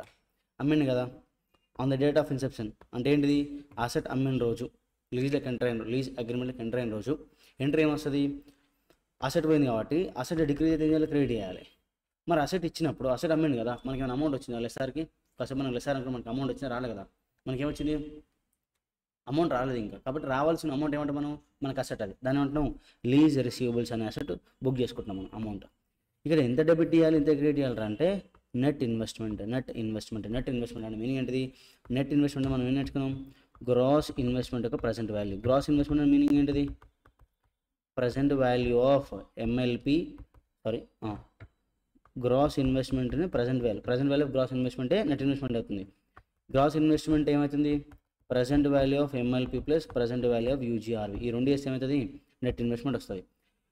బట్ లెస్సీ పాయింట్ ఆఫ్ వ్యూలో ఈ అసెట్ వాల్యూ లేదా లీజ్ లయబిలిటీ వాల్యూ ఎంత రికార్డ్ చేయాలరా అంటే lower of fair value of asset or present value of lease liability అంటే విచ్ ఎవర్ లోడ్ తీసుకొని మనకు అకౌంటింగ్ చేయాలి. ఎందుకోసం చెప్పిన రీజన్, బట్ ఇక్కడ వీనికి మాత్రం నెట్ ఇన్వెస్ట్మెంట్ ఒకటే ఉంది ఆప్షన్. వీడు అసెట్ని ఎంత బుక్ చేయాలి, లీజ్ రిసీవబుల్స్ ఎంత బుక్ చేయాలరా అంటే నెట్ ఇన్వెస్ట్మెంట్ ఎంత అమౌంట్ ఉంటుందో అంత బుక్ చేసుకోవాల్సి ఉంటుంది. ఇయర్కి వీడు ఏం చేయాలి, లీజ్ రిసీవబుల్స్ ఉన్నాయి కదా, మనకు అసెట్ ఉంది కదా, మనకు రావాల్సిన అమౌంట్ ఉంది కదా, దానిపైన ఇంట్రెస్ట్ అనేది వస్తుంది కదా ఎవ్రీ ఇయర్, ఇంట్రెస్ట్ ఇన్కమ్.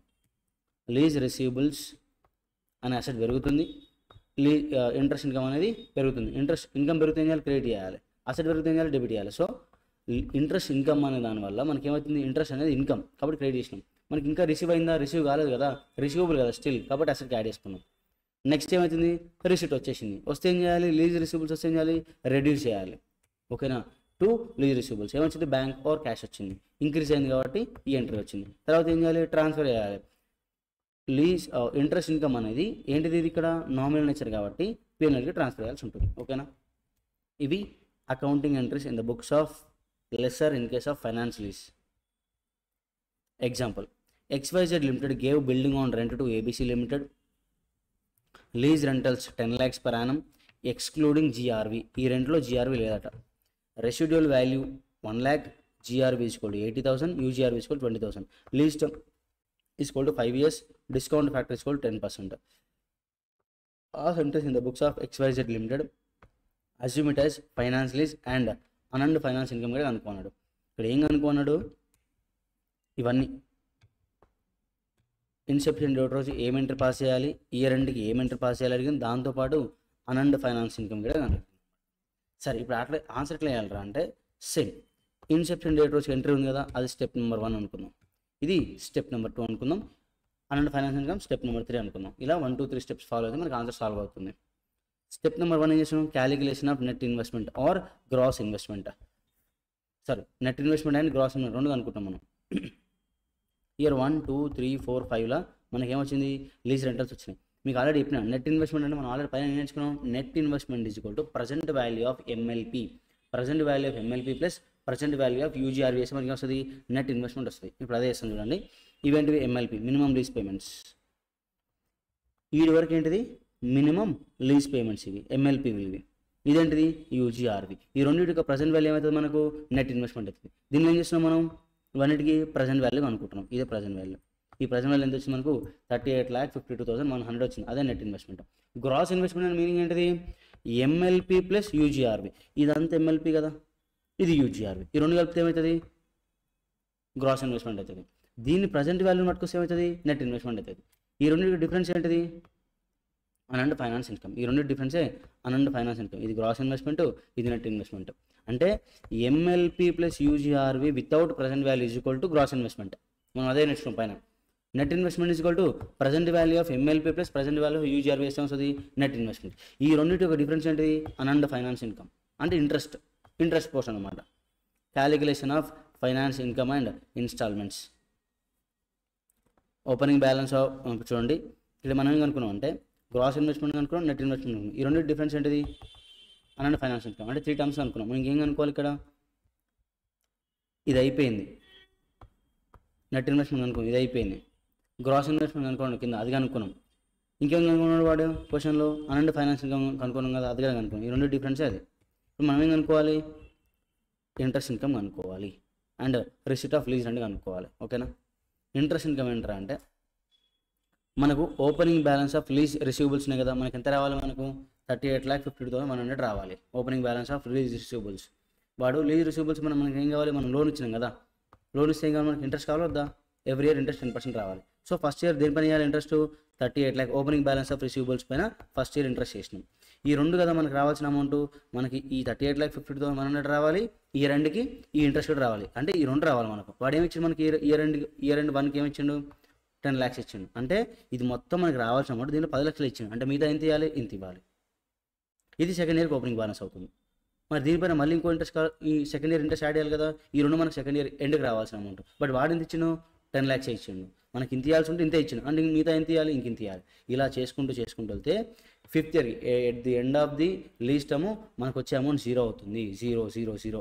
ఒకవేళ గుర్తుపెట్టుకోండి, క్వశ్చన్లో కనుక మనకు రీపేమెంట్ అనేది యూజీఆర్వి ప్లస్ జిఆర్వి మనం తీసుకున్నట్లయితే మనకు వచ్చే ఆన్సర్ 0 అవుతుంది. ఇక్కడ లాస్ట్కి closing balance of lease receivable 0 అవుతుంది. ఒకవేళ మనం యూజీఆర్వి అండ్ జిఆర్వి ఇవ్వలేదు అని అనుకుంటే మనకు వచ్చే ఆన్సరు ఎగ్జాక్ట్గా ఈ రెండింటికి ఈక్వల్గా ఉంటుంది. మళ్ళీ ఒకసారి చెప్తానండి. నార్మల్గా మనకు రీపేమెంట్స్ ఇన్స్టాల్మెంట్ ఏమేమి వస్తాయి, లీజ్ రెంటల్తో పాటు జిఆర్వి కూడా వస్తుంది, అవునా కాదా, జిఆర్వి కూడా వస్తుంది. ఈ జిఆర్విని మనకు వచ్చినట్టు తీసుకుంటే మన ఆన్సర్ క్లోజింగ్ అమౌంట్ ఏదైతే క్లోజింగ్ అమౌంట్ ఉందో అది యూజీఆర్వికి ఈక్వల్ అవుతుంది. ఒకవేళ జిఆర్వి మనకు వాడు ఇవ్వలేదు, మనకు పేమెంట్ ఇంకా రాలేదు, తర్వాత వస్తుందని అనుకుంటే ఈ క్లోజింగ్ బ్యాలెన్స్ ఆఫ్ లీజ్ రిసీవబుల్స్లో ఉండే అమౌంట్ దేనికి ఈక్వల్ అవుతుంది, జిఆర్వికి యూజీఆర్వికి ఈక్వల్ అవుతుంది. చూసుకోండి ఇక్కడ 98,746 అంటే ఆల్మోస్ట్ 1 lakh ఈక్వల్. దేనికి 1 lakh ఈక్వల్, మరి ఇక్కడ ఆర్వికి ఈక్వల్ అయిపోయింది. ఓకేనా. ఇంట్రెస్ట్ ఫర్ 5 years ఇదంతా, ఇదేమో ఎవ్రీ ఇయర్ ఇంట్రెస్ట్, ఇదంతా కలిపితే 5 years ఇంట్రెస్ట్. మనం వాడు అడిగిన ప్రతి ఒక్కటి కనుక్కున్నాం. ఇది జస్ట్ ఎంట్రీ పాస్ చేద్దాం.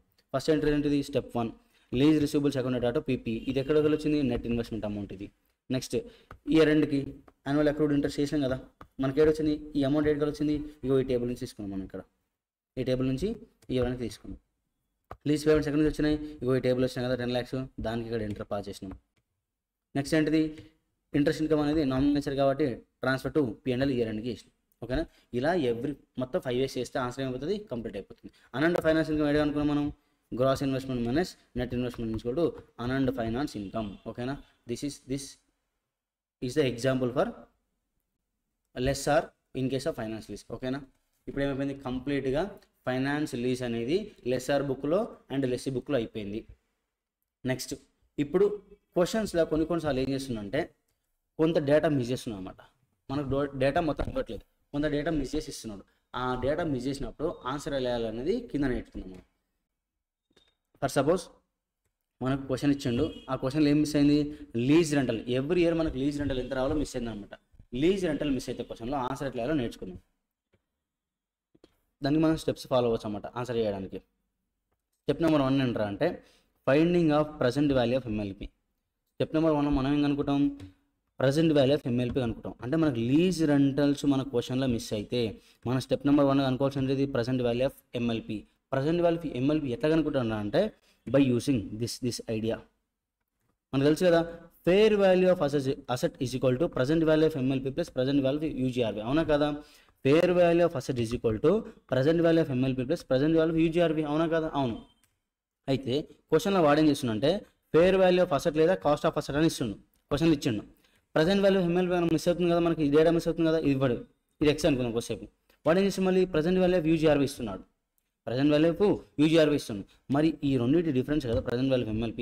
సో ఈ లాజిక్ని పట్టుకొని మనం ఏం చేసిన స్టెప్ నెంబర్ 1లో ప్రజెంట్ వాల్యూ ఆఫ్ MLP అనుకుంటాం. ప్రజెంట్ వాల్యూ ఆఫ్ MLP అంటే మీనింగ్ ఏంటిది, లీజ్ టర్మ్ మొత్తానికి వచ్చిన మనకి rent present value, lease term మొత్తానికి వచ్చిన ప్రజెంట్ వాల్యూ ఆఫ్ రెంట్ అది మనం ఇది అనుకున్నాం. నెక్స్ట్ ఏం చేస్తున్నాం, స్టెప్ నెంబర్ 2లో finding the annual lease rent. మనకేమొచ్చింది, ప్రజెంట్ వాల్యూ ఆఫ్ MLP అంటే లీజ్ టర్మ్ మొత్తానికి ఉన్న రెంట్ అది. ఇప్పుడు మనం చేసిన సెకండ్ స్టెప్లో యాన్యువల్ అంటే ఎవ్రీ ఇయర్ లీజ్ రెంట్ ఎంత అనుకున్నాం. ఇక్కడేమో total lease rent for lease term అనుకున్నాం. ఇక్కడ ఏం అనుకుంటున్నాం, యాన్యువల్ అంటే ఎవ్రీ ఇయర్ లీజ్ రెంట్ ఎంత అని అనుకుంటున్నాం. అక్కడ ఏం చేస్తున్నాం, annual lease rent is equal to present value of MLP divided by annuity factor. ఓకేనా. ఏం చేయాలి, annual lease rent is equal to present value of MLP divided by annuity factor. ఈ దానికి లాజిక్ ఏంటంటే కింద ఎగ్జాంపుల్ చెప్తా చూడండి. Example ABC limited took building on rent from XYZ limited for 3 years. Fair value 10 lakhs, యూజీఆర్వి 1 lakh at the end of 3rd year, IRR 10%. Find unearned finance income. Unearned finance ఇన్కమ్తో పాటు మనకి ఏం miss అయింది ఇక్కడ, lease rental miss అయినాయి every year, అది కనుక్కోవాలి. దాంతోపాటు అనండ్ ఫైనాన్స్ ఇన్కమ్ కనుక్కున్నాడు. ఇప్పుడు మనం ఏదైతే పైన స్టెప్స్ మాట్లాడుకున్నామో ఆ స్టెప్స్ ఫాలో అయితే ఆన్సర్ వస్తుంది చూడండి. Step number 1 calculation of present value of MLP. మనం ఏం మాట్లాడుకున్నాం, fair value of asset is equal to present value of MLP plus present value of UGRV అనుకున్నాం కదా మనం. మనకి ఇచ్చిన fair value of asset 10 lakhs అని ఇచ్చిన క్వశ్చన్లో మనకు ప్రజెంట్ వాల్యూ MLP వచ్చిందా, రాలేదు, ఎక్స్ అనుకుందాం ప్లస్ యూజీఆర్వి ఇచ్చిండు, బట్ ప్రజెంట్ వాల్యూ ఇవ్వలేదు కదా. మనం ఏం చేసినాం, ఇక్కడ డిస్కౌంట్ రేట్ ఇచ్చింది కాబట్టి ఆఫ్టర్ 3 years తర్వాత మనకు వచ్చే యూజీఆర్వి ఇంత, దాని ఇప్పుడు ఏం చేద్దాం, ప్రజెంట్ వాల్యూ పట్టుకోదాం. అంటే మనకి ప్రజెంట్ వాల్యూ ఆఫ్ యూజీఆర్వి ఉన్నట్టే కదా, సో ఉంది. దీని ఈక్వేషన్ అటు వేసుకుంటే మనకి ఏమొస్తుంది, present value of MLP is equal to 9,24,869 rupees వచ్చింది. ఇదేంటిది, లీజ్ టర్మ్ మొత్తానికి ఉన్న MLP అది. ఇప్పుడు మనం ఎవ్రీ ఇయర్ MLP కనుక్కోవాలి, అంటే minimum lease payment for every year కనుక్కోవాలి. అంటే ఏం చేయాలి, యాన్యువల్ లీజ్ రెంట్ అనుకోవాలి. అంటే ఫార్ములా ఏం నేర్చుకున్నాం మనం, present value of MLP divide by annuity factor. దీనికి లాజిక్ ఇక్కడ చూడండి, logic for the above formula చూడండి. మనం ఏం చేస్తామంటే ప్రజెంట్ వాల్యూ ఆఫ్ MLP ఎట్లా అనుకుంటామని అంటే, ఇయర్ 1, 2, 3 లీజ్ పేమెంట్స్ మనకు తెలుసా, తెలియదు. ఒకవేళ తెలియదు ఎక్స్ అనుకుందాం ఒకసేపు, బట్ మనకి ఏం తెలుసు, డిస్కౌంట్ ఫ్యాక్టర్ తెలుసు కదా, year 1, year 2, year 3 discount factor తెలుసు మనకు. ప్రజెంట్ వాల్యూ ఆఫ్ MLP ఇక్కడ మనం ఏం చేస్తాం, ఇక్కడ ఈ రెండింటిని మల్టిపుల్ చేసి ఇక్కడ రాసుకుంటాం కదా, ఇదంతా యాడ్ చేసాం కదా ప్రజెంట్ వాల్యూ ఆఫ్ MLP, మరి అవునా కదా. ప్రజెంట్ వాల్యూ ఆఫ్ MLP అంటే మీనింగ్ ఏంటిది, ఈ lease payments every year into present value factor, ఈ మల్టిప్లై చేసి ఇక్కడ ఒక అమౌంట్ వస్తుంది, ఆ అమౌంట్ రాసుకుంటాం మనం. ఈ అన్ని అమౌంట్ చెప్తాం కదా ప్రజెంట్ వాల్యూ ఆఫ్ MLP అనేది, అవునా కదా, అవును. So present value of MLP మనకు ఉందా లేదా, ఉంది. ప్రజెంట్ వాల్యూ ఆఫ్ MLP మనం ఎట్లా రాసుకోవచ్చు, lease rent into discounting factor, అంతేనా. Lease rent into discount factor కదా, ఈ రెండు మల్టిప్లికేషన్ కదా మీకు వచ్చిన ఆన్సర్. బట్ అన్ని చేసి కలిపి అంటే ఏం చేస్తున్నాం మనం, ఇక్కడ చూడండి ఒకసారి మీకు చెప్తాను. ఇక్కడ something X into 0.909, X into 0.826, X into 0.751, ఇది వేస్తే కదా మనకి ఇది వచ్చింది, అవునా.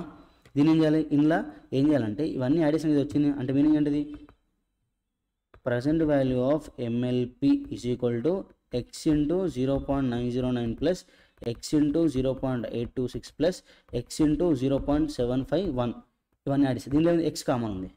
ఎక్స్ కామన్ తీసుకుంటే ఏమవుతుంది, ఎక్స్ బయటకు వస్తే ఇవన్నీ యాడ్ అవుతాయి. అదే చేస్తాను చూడండి, ఇక్కడ ఎక్స్ కామన్ తీసుకుందాం మనం. ఇక్కడ మీకు అర్థమైంది కదా, మళ్ళీ నేను ఇక్కడ చేసి చెప్తా చూడండి. ఎక్స్ కామన్ కదా, దాంట్లో ఎక్స్ కామన్ తీసుకుంటే 0.909 plus 0.826 plus 0.751 is equal to 9 lakh, అంటే present value of MLP is equal to ఏమొచ్చింది, 9,24,869, అవునా. మరి ఎక్స్ కామన్ తీసుకుంటే ఇవన్నీ యాడ్ చేసి డివైడే కదా, ఇవన్నీ యాడ్ చేసి ఇక్కడ డివైడ్ చేస్తే ఎక్స్ అమౌంట్ వస్తుంది కదా ఎవ్రీ ఇయర్. సో ఇవన్నీ యాడ్ చేసి కింద యాడ్ అని ఏమంటాం మనం, ప్రజెంట్ వాల్యూ యాన్యుటీ ఫ్యాక్టర్ అంటాం. యాన్యుటీ ఫ్యాక్టర్ అంటే అదే చూడండి ఇక్కడ చేసినాను, ఇవన్నీ యాడ్ చేస్తే అదే, ఓకేనా. ఇలా మనం ఏం అనుకోవచ్చు, యాన్యువల్ లీజ్ పేమెంట్స్ అనుకోవచ్చు. మనం ఇక్కడ కనుక్కున్నాం చూడండి, ఇక్కడ మనం ఈ క్వశ్చన్లో ఇక్కడ కనుక్కున్నాం.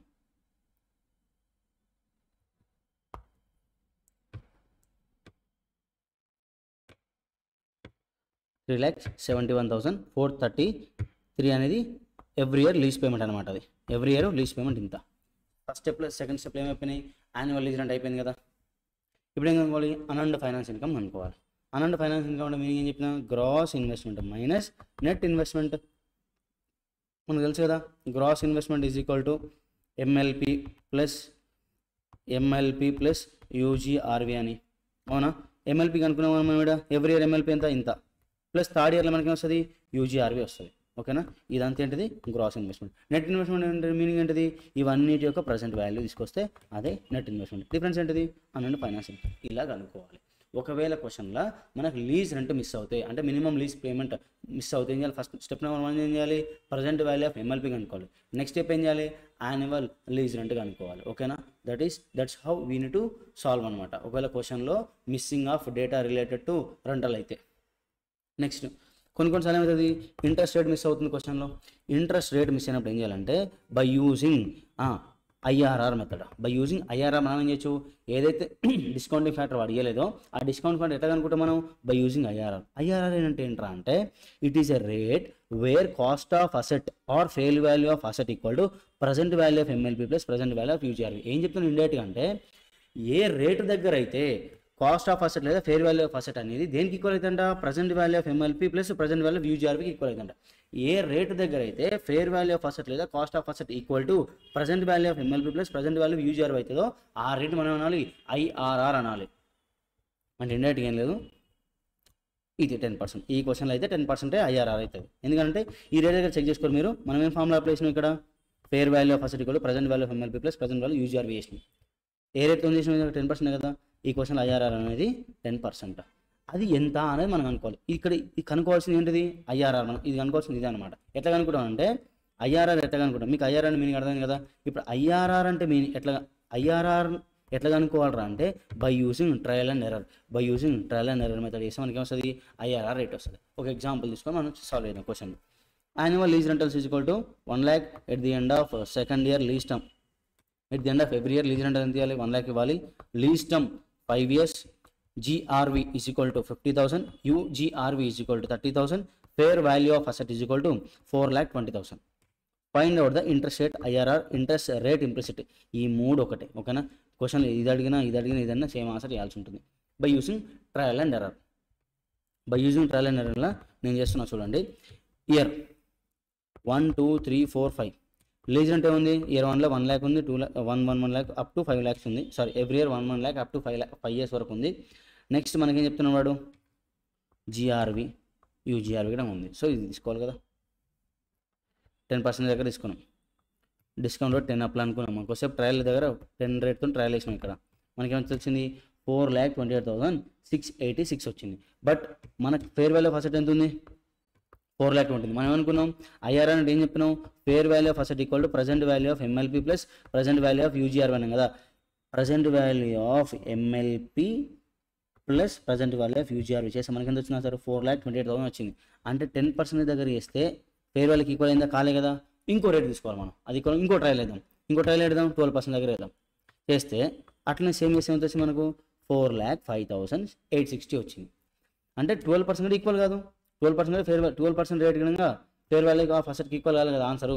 కాబట్టి ఇక్కడ చూడండి, మనకు వచ్చిన పై ఆన్సర్లు ఏముంది, 4,28,000 ఉంది. మనకు కావాల్సిన ఆన్సర్ 4,20,000. అంటే 4,20,000 కంటే ఎక్కువ వచ్చింది. 10% రేట్ అనేది 4,28,000 అంటే 4,20,000 కంటే ఎక్కువ వచ్చింది.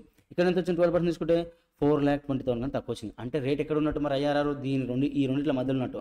అంటే 10 to 12 మధ్యలో ఉంది మన ఆన్సర్. ఇప్పుడు 10 to 12 మధ్యలో ఉంది కదా, అది ఎలా చేయాలి, ఎట్లా కనుక్కోవాలంటే కింద లైక్ యూజింగ్ ఇంటర్పోలేషన్. అది మీరు ఎఫ్ఎంలో నేర్చుకుంటారు. బట్ యూజింగ్ ఇంటర్పోలేషన్ ఆన్సర్ చేయొచ్చు. బట్ నేను అది ఇంటర్పోలేషన్ ఫార్ములా వేయకుండా నేను జనరల్గా చేసిన, అది ఎలానో చూడండి. అంటే ఇంటర్పోలేషన్ చేసి ఆన్సర్ చేయొచ్చు, నార్మల్గా చేయొచ్చు. బట్ ఇంటర్పోలేషన్ చేస్తే ఫార్ములా వేసుకొని చేయాలి. ఇంటర్పోలేషన్ యూజ్ చేయకుండా నేను ఒక కొంచెం డిఫరెంట్గా చేసిన. నేను చూడండి, డిఫరెన్స్ బిట్వీన్ 10% and 2% ఎంత. ఇప్పుడు డిఫరెన్స్ మనం తీసుకున్న పర్సెంటేజ్ 10% తీసుకున్నాం, 12% తీసుకున్నాం కదా. ఈ రెండింటి డిఫరెన్స్ ఎంత, 12%. 10% దగ్గర తీసుకుంటే ఇంత అమౌంట్ వచ్చింది, 12% దగ్గర ఇంత అమౌంట్ వచ్చింది కదా. ఆ రెండు డిఫరెన్స్ ఎంత అని కూడా మనకి వచ్చింది. 2%కి 22,820 డిఫరెన్స్ అయితే మనకు 4,20,000 నుంచి 4,28,000 వచ్చింది మనకు 10% దగ్గర. ఈ రెండు డిఫరెన్స్ ఎంతో చెక్ చేద్దాం. ఈ రెండు డిఫరెన్స్ చెక్ చేస్తే 8,680 ఉంది. ఇప్పుడు 2%కి 22,820 డిఫరెన్స్ అయితే మరి ఎంత పర్సంటేజ్కి 6,680 రూపీస్ అవుతుంది అని చేస్తే ఏమవుతుంది, క్రాస్ మల్టిప్లికేషన్ చేస్తే డిఫరెన్స్ ఎంత వచ్చింది, 0.76. 0.76 అనేది పర్సంటేజ్ ఆఫ్ డిఫరెన్స్ బిట్వీన్ ఈ రెండింటికి. 8,680 డిఫరెన్స్ ఎంత, 0.86.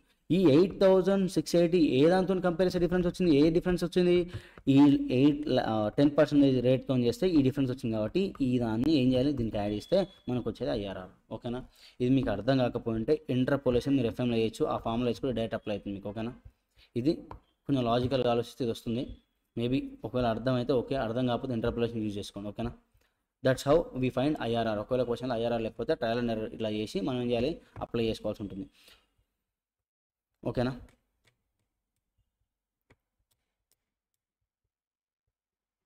ఇది finance lease in case of lessor and lessee point of view అయిపోయింది కంప్లీట్గా. ఓకేనా. నెక్స్ట్ ఆపరేటింగ్ లీజ్ అనేది నేర్చుకున్నాం. Accounting for operating lease in case of lessor and lessee. Lessor బుక్స్లో లెస్సీ బుక్స్లో ఎలా అకౌంట్ చేయాలో నేర్చుకున్నాం. ఆపరేటింగ్ లీజ్ అంటే మీనింగ్ ఏంటిది? లీజ్డ్ అసెట్లో ఉన్న రిస్క్ అండ్ రివార్డ్స్ అనేది లెస్సీకి ట్రాన్స్ఫర్ కావు. రిస్క్ అండ్ రివార్డ్స్ మొత్తం ఒకటి దగ్గర ఉంటాయి, లెస్సార్ దగ్గరనే ఉంటాయి. ఓకేనా? సో ఇన్సెప్షన్ డేట్ రోజు ఎంట్రీ ఏముండదు, ఏం అసెట్ కొనలేదు, అసెట్ అమ్మలేదు. ఇయర్ ఎండ్ కదా పేమెంట్ జరిగేది, రెంటల్ ఇన్కమ్. లెస్సార్కి ఏమో రెంటల్ ఇన్కమ్ అవుతుంది, లెస్సీకి ఏమో రెంట్ అనేది ఎక్స్పెండిచర్ అవుతుంది. Same normal income expenditure accounting చేస్తే సరిపోతుంది. క్యాష్ వస్తుంది కదా, ఇన్కమ్ వచ్చింది, రెంట్ వచ్చింది, cash account or to lease rental account అని గుర్తుపెట్టుకుందాం. ఈ లీజ్ ఈక్వలైజేషన్ అనేది కింద ఒక ఎగ్జాంపుల్ తీసుకున్నాక ఎక్స్ప్లెయిన్ చేస్తాం. ఓకేనా? మరి ఇంకేంటిది ఎక్స్పెన్స్ కదా, lease rent expense account to cash or bank రాసుకున్నాం. ఈ లీజ్ ఈక్వలైజేషన్ అనేది కింద ఎగ్జాంపుల్ తీసుకొని చెప్తా. ఓకేనా? నెక్స్ట్ అయితే ఈ పాయింట్ ఒకసారి చూడండి. ఈ పాయింట్ చదివిన తర్వాత ఎగ్జాంపుల్ మాట్లాడుకుందాం. As per AS 19 suggest to book lease rent on SLM basis unless any other basis is more appropriate. దీని మీనింగ్ ఏంటరా అంటే AS 19 చెప్తుంది నీకు లీజ్ రెంటల్ ఎవ్రీ ఇయర్ ఎంతనన్నా దానికి సంబంధం లేదు.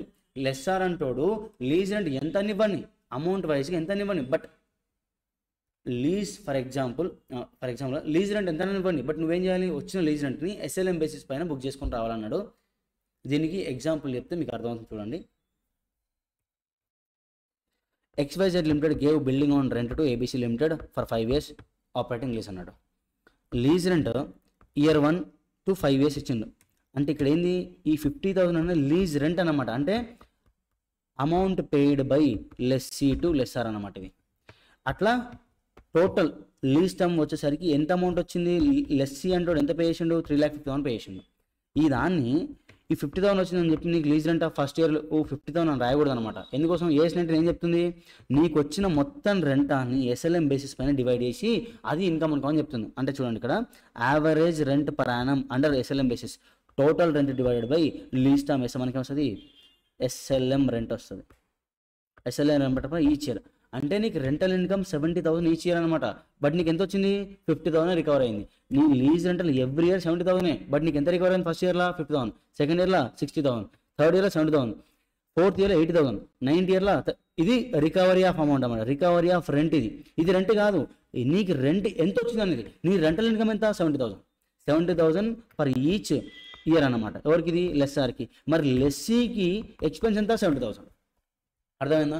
అంటే మనం ఏం చేయాలి, AS 19 ఆపరేటింగ్ లీజ్ అకౌంటింగ్లో లెస్సార్ బుక్లో కావచ్చు, లెస్సీ బుక్లో కావచ్చు, ఎవ్రీ ఇయర్ లీజ్ రెంట్ ఎంత, every year lease rent income ఎంత, రెంట్ ఎక్స్పెన్స్ ఎంత అంటే total rent received during lease term divided by lease term కొడితే నీకు rental lease rent expense rent income వస్తుంది. ఇదేమో ఇన్కమ్ ఎక్స్పెన్స్, ఇదేమో రికవరీ ఆర్ పేమెంట్.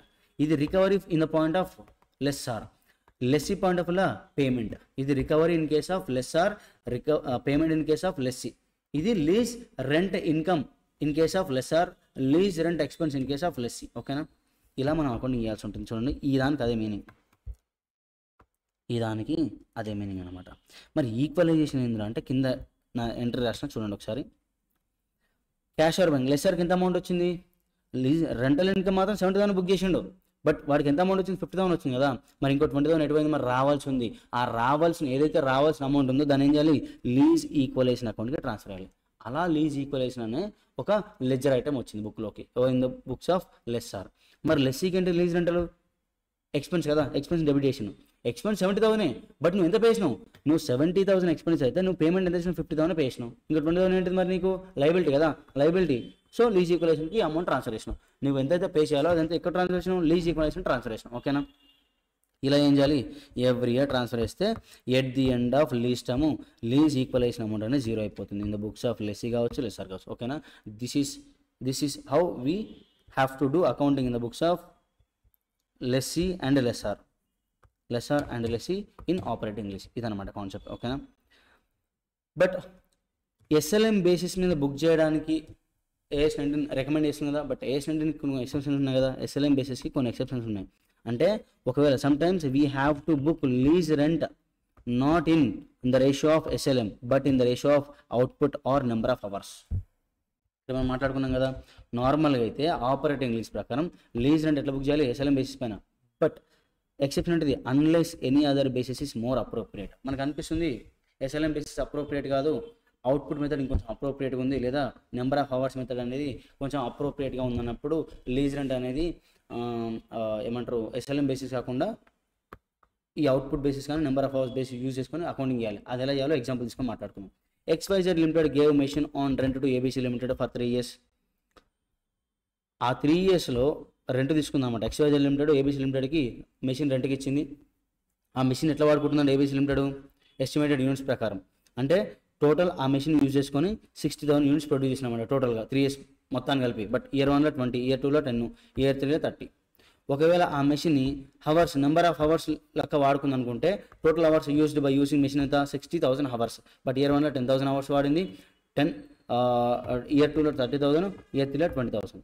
ఇప్పుడు ఏం చేయాలి, రెంట్ని ఈ రేషియోలో అకౌంటింగ్ చేయాల్సి ఉంటుంది. ఓకేనా. The annual lease rent is 50,000 per Yanam.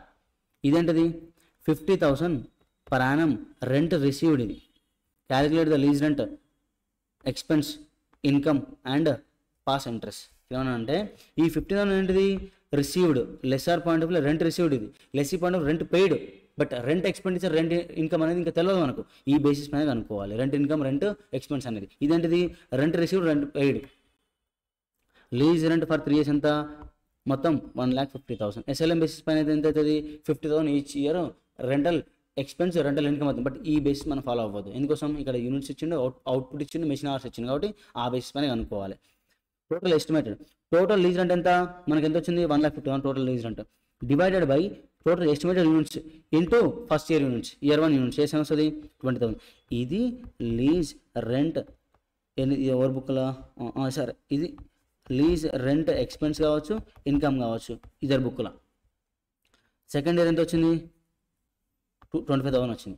ఇది 25,000 lease rent expense, lease rent income. ఈ 50,000 ఏంటిది ఎవ్రీ ఇయర్ లీజ్ రెంట్ అనేది ఇది పేమెంట్ రిసీట్ అనమాట. ఒకరికి పేమెంట్ అయితే ఒక రిసీట్ అవుతాయి కదా. ఒకరికి 50,000 అనేది ఎక్స్పెన్స్, ఒకరికి 50,000 ఇన్కమ్. ఓకేనా. ఇలా మనం హవర్స్ బేసిస్ పైన కనుక్కోవాలి. హవర్స్ అయితే ఎలా కనుక్కోవాలి, total lease rent divide by total estimated hours into year 1 hours, year 2 hours, year 3 hours అలా వేసుకుంటే ఆన్సర్ వచ్చేస్తుంది. ఎంట్రీస్ లెస్ఆర్కి ఇన్కమ్ కదా 50,000 అనేది. ఓకేనా. బ్యాంక్ అకౌంట్ ఎంత వచ్చినాయి ఫస్ట్ ఇయర్ అమౌంట్ 50,000 వచ్చినాయి. రెంట్ ఎంత 50,000. సెకండ్ ఇయర్లోనేమో రెంట్ ఏమో మనకు వచ్చిందేమో సెకండ్ ఇయర్లో మనకు వచ్చిన లీజ్ రెంటల్స్ ఎంత 50,000. But second year lease rent income ఎంత మనకు ఓన్లీ 25,000. మరి మిగతా ఏంటిది మరి ఎక్సెస్ వచ్చింది 25,000. సో లైబిలిటీ రాసుకోవాలి. ఇది లెస్ఆర్ బుక్లో. లెస్సీ బుక్లో ఎగ్జాక్ట్గా ఆపోజిట్ ఉంది. మళ్ళీ ఒకసారి చెప్తే వినండి, ఇది ఇంపార్టెంట్, మీరు ఇది గుర్తుపెట్టుకోవాలి. ఈ 50,000 అనేది లీజ్ రెంట్ కాదు, లీజ్ రెంట్ ఎక్స్పెన్స్ కాదు, లీజ్ రెంట్ ఇన్కమ్ కాదు. ఇదేంటిది జస్ట్ లీజ్ రెంటల్ పేమెంట్ ఒకరికి, రిసిట్ ఒకరికి. లీజ్ రెంట్ ఎక్స్పెన్స్ ఎక్కడ ఉందా అంటే ఇది ఎక్స్పెన్స్ కావచ్చు, ఇన్కమ్ కావచ్చు, ఎక్స్పెన్స్ కావచ్చు, ఇన్కమ్ కావచ్చు, ఎక్స్పెన్స్ కావచ్చు, ఇన్కమ్ కావచ్చు, ఎక్స్పెన్స్ కావచ్చు, ఇన్కమ్ కావచ్చు. ఇవి ఎక్స్పెన్సెస్, ఇన్కమ్స్. అవేంటివి మరి లీజ్ అండ్ రిసిట్స్, పేమెంట్స్ అవి. ఓకేనా. ఈ డిఫరెన్స్ అర్థం కావాలి మీకు. అది operating lease in the books of lessor and lessee. In case of units base కావచ్చు, మెషిన్ బేస్ కావచ్చు, ఇంకేమైనా క్వశ్చన్ ఇంకేం బేసిస్ ఇచ్చానుకో ఆ బేసిస్ ఫాలో అయిపోవాలి. క్వశ్చన్లో ఏం బేసిస్ ఇవ్వకపోతే మనం ఫాలో అవ్వాలి SLM basis. Next lease rental missing under operating lease. Lease rent miss అయిందంట, క్వశ్చన్లు ఇచ్చిండు, ఏం మిస్ చేసిండు లీజ్ రెంట్ ఎంతో ఇస్తలేదు క్వశ్చన్ మొత్తం ఇచ్చిండు, లీజ్ రెంట్ కనుక్కో అంటుండు. అప్పుడు ఎలా కనుక్కోవాలని చూడండి. ఎగ్జాంపుల్ తీసుకుందాం.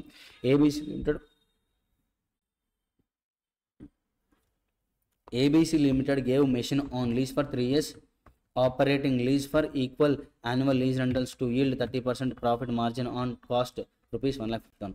ఏమన్నా చూడండి, ఇక్కడ ABC లిమిటెడ్ ఏం చేసిన మెషిన్ ఇచ్చిందంట ఎవరికి XYZ లిమిటెడ్కి. ABC Limited gave rent to XYZ limited అనుకుందాం. మెషిన్ ఇచ్చిందంట ఫర్ 3 years ఇచ్చిందంట. అది operating lease.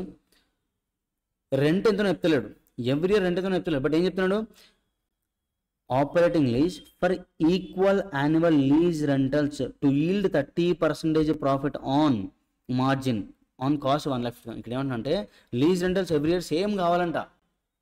But each year ఎంత అమౌంట్ చెప్పట్లేదు. బట్ మొత్తం కలిపి నీకు ఎంత అంట 30% margin on total cost of first అన్నాడు. టోటల్ కాస్ట్ ఆఫ్ అసెట్లో లీజ్ రెంట్లు ఎంత ఉండాలి? టోటల్ కాస్ట్ ఆఫ్ అసెట్ కంటే ఒక 30% ఎక్కువ కలుపుకుంటే ఎంత అయితే వస్తుందో అంత నాకు లీజ్ రెంట్ కావాలని చెప్తున్నాడు. ఓకేనా? ఇండైరెక్ట్గా ఏం చెప్పింది ఇక్కడ, లీజ్ రెంట్ ఎవ్రీ ఇయర్ ఇవ్వకుండా నాకు వాడికి లీజ్ రెంట్ ఎంత కావాలంట? వాడి కాస్ట్ ఆఫ్ మిషన్ ఉందా దానిపైన ఒక 30% యాడ్ చేస్తే ఎంత అయితే అమౌంట్ వస్తుందో ఆ అమౌంట్ లీజ్ రెంటల్ అని చెప్తున్నాడు. ఓకేనా? లైఫ్ ఆఫ్ మిషన్ ఏంటి? 5 years. Output of machine are estimated as 40,000 units, 50,000 units, 60,000 units, 80,000 units, 70,000 units for 5 years. ఇక్కడ ఏం ఇచ్చినాడు? మెషిన్ ఎట్లా వాడతారంట? నాట్ అండర్ SLM, ఆ యూనిట్ బేసిస్, అవుట్పుట్ బేసిస్ పైన మెషిన్ యూజ్ చేస్తారంట. అంటే ఇప్పుడు లీజ్ రెంట్ ఎక్స్పెన్స్ కావచ్చు, లీజ్ రెంట్ ఇన్కమ్ కావచ్చు, ఏ బేసిస్ పైన కనుక్కోవాలి మనం? Under output method. Depreciation in proportion to output considered as appropriate. Depreciation ఎట్లా వేయాలన్నాడు? అవుట్పుట్ ఎట్లయితే మిషన్ ఎట్లయితే వాడుకుంటామో ఆ అవుట్పుట్ బేసిస్ పైన డెప్రిషియేషన్ ఏమన్నాడు? ఇది మనం ఎక్కడ నేర్చుకుంటాం? పీపీలో నేర్చుకుంటాం. ఓకేనా? యాన్యువల్ లీజ్ రెంట్ కనుక్కున్నాడు. Lease rent income to be recognised in each year. అంటే lease rent, annual lease rent కనుక్కున్నాడు.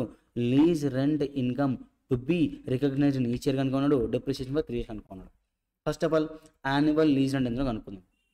Annual lease rent ఎంత కావాలో చెప్పినా మనకు చెప్పలేదు. వాడు ఏం చెప్పిండు? నాకు మిషనరీ కాస్ట్ 1,50,000 ఉంది కదా, దీనిపైన ఒక 30% అమౌంట్ యాడ్ చేస్తే ఎంత అయితే వస్తుందో ఆ అమౌంటే లీజ్ రెంట్ అని చెప్తున్నాను. దాన్ని మనం అప్లై చేస్తే ఎంత వచ్చింది? 1,95,000 వచ్చింది. నెక్స్ట్ లైఫ్ ఆఫ్ మిషన్ ఎంత? 5 years. Lease only for 3 years. Life of the machine 5 years ఉన్నాయి, బట్ లీజ్ రెంట్ ఎంత ఉంది? 3 years ఉంది. ఈ అమౌంట్ దేనిపైన? 5 years రెంట్. ఇది 5 years రెంట్ మొత్తం కలుపుతుంది. బట్ మరి 3 yearsకి ఎంత?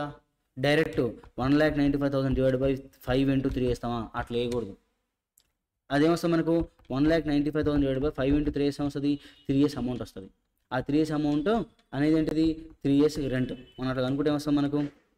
Lease rent to be recognised for 3 years to be using output method.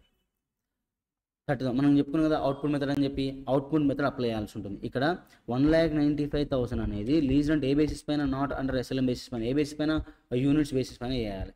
Total units 5 years కలిపి ఎంత? వాడు ఇచ్చిన క్వశ్చన్లో 30,000 యూనిట్స్, 3 lakh యూనిట్స్ వచ్చిందనమాట. ఈ 3 lakh యూనిట్స్లో ఇది 3 lakh units for 5 years.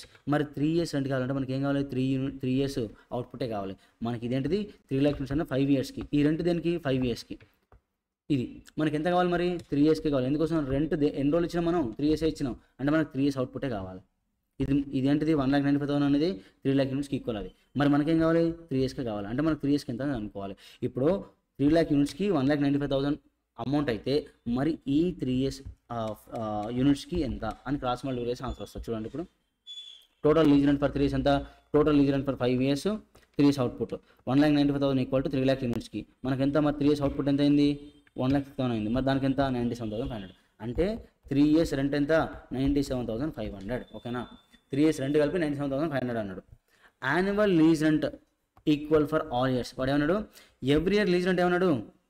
Equal అన్నాడు. Every year lease rent equal అన్నాడు. మరి ఏం చేయాలి ఇప్పుడు? ఇది 3 yearsకి రెంట్. 3 years రెంట్ ఏం చేయాలి? డివైడ్ బై 3 వేస్తే total lease rent for 3 years divide by lease period వేస్తే మనకి ఎవ్రీ ఇయర్ ఈక్వల్ అన్నాడు కాబట్టి 32,500 వేసేసాం. ఇది lease rent. Lease rent income to be booked every year. Lease rental income every year ఎంత బుక్ చేయాలి? మనకి చెప్పినాడు అవుట్పుట్ బేసిస్ పైన బుక్ చేయాలన్నాడు. Output basis important. 97,500 అనేది మనకు 3 years కలిపి. ఇప్పుడు ఏం చేయాలి? 97,000 డివైడెడ్ బై 3 years అవుట్పుట్ ఇది ఇంటూ ఫస్ట్ ఇయర్ అవుట్పుట్ 26,000. ఇదేంటిది? ఎవ్రీ ఇయర్ మనకు రావాల్సిన అమౌంట్. అది ఎవ్రీ ఇయర్ మనకు లెస్సీ ఇచ్చే అమౌంట్ ఎవరికి? లెస్సార్కి. లేదా లెస్సీ మనం అయినా అనుకో, మనం ఎంత పే చేయాలి? ఎవ్రీ ఇయర్ 32,500 పే చేయాలి. బట్ మనకు రెంటల్ ఇన్కమ్ ఎంత? Lessor point of view 26,000. Lessee point of view ఎంత ఎక్స్పెండిచర్? 26,000. మీకు అర్థమైందా? ఒకటి చూడండి, ఇక్కడ ఏం కనుక్కున్నాం? 3 years కలిపి మన రెంటల్ ఇన్కమ్ ఎంత లేదా రెంటల్ ఎక్స్పెన్స్ కనుక్కున్నాం. ఈ పాయింట్లో ఏం కనుక్కున్నాం? ఎవ్రీ ఇయర్ రిసిట్ పేమెంట్ ఎంత? ఎవ్రీ ఇయర్ రిసిట్ పేమెంట్ ఎంత? 32,500 అనేది రిసిట్, ఒకరికి పేమెంట్, ఒకరికి రిసిట్, ఒకరికి పేమెంట్. ఇదేంటిది? ఇద్దరికి 3 years కలిపి రెంట్ ఎంత? ఇక్కడే మాట్లాడుకుంటున్నాం. ఎవ్రీ ఇయర్ వీళ్ళు ఎంత బుక్ చేసుకోవాలి?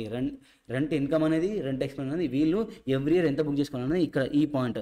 Lease rent income or expense to be booked. ఇదేంటిది? Lease rent amount every year నాకు ఎంత రావాలి లేదా మనం ఎంత పే చేయాలి? ఒకవేళ మనం లెస్సర్ అయితే మనకి ఎంత రావాలి, మనం లెస్ అయితే ఎంత పే చేయాలి అనేది ఈ స్టెప్లో నేర్చుకున్నాం. 3 years మొత్తానికి రెంట్ ఎంత నేర్చుకున్నాం. 3 years మొత్తానికి రెంట్ ఎంత? ఇదేంటిది? ఎవ్రీ ఇయర్ మనకు పేమెంట్ ఎంత రావాలి లేదా మనం ఎంత పే చేయాలి. ఇదేంటిది ఎవ్రీ ఇయర్ మనకు ఎంత రెంట్ అనేది ఎక్స్పెండిచర్ అయింది, ఎంత రెంట్ అనేది ఇన్కమ్ అయింది అనేది ఈ పాయింట్. ఓకేనా, కొంచెం కన్ఫ్యూజింగ్ ఉండొచ్చు, మళ్ళీ ఒకసారి దీన్ని క్లియర్గా చూడండి, మీకు అర్థమవుతుంది. ఓకేనా, డిప్రిషియేషన్ అవుట్పుట్ బేస్ అనేది కామన్, మీరు ఆల్రెడీ నేర్చుకున్నారు. ఇలా మనం ఏం చేయాలి, ఒకవేళ ఆపరేటింగ్ లీజ్లో రెండు మిస్ అయితే ఈ స్టెప్స్ ఫాలో అవ్వాలి. స్టెప్ నెంబర్ 1 ఏం చేయాలి, యాన్యువల్ లీజ్ రెంట్ కనుక్కోవాలి. ఓకేనా, సెకండ్ స్టెప్లో annual lease rent equal for all 3 years ఎంతనో కనుక్కోవాలి. నెక్స్ట్ ఏంటిది, రెంటల్ ఇన్కమ్ కనుక్కోవాలి. దాని తర్వాత డెప్రిషియేషన్ చేసి అయిపోతుంది. ఓకేనా, ఇలా స్టెప్స్ ఫాలో చేయాల్సి ఉంటుంది. This is total accounting in case of operating lease in the books of lessor and lessee. Maybe పైన చెప్పింది కొంచెం కన్ఫ్యూజింగ్ ఉండొచ్చు, మళ్ళీ ఒకసారి చూసుకోండి, అర్థమవుతుంది. Next, sale and lease back of same asset.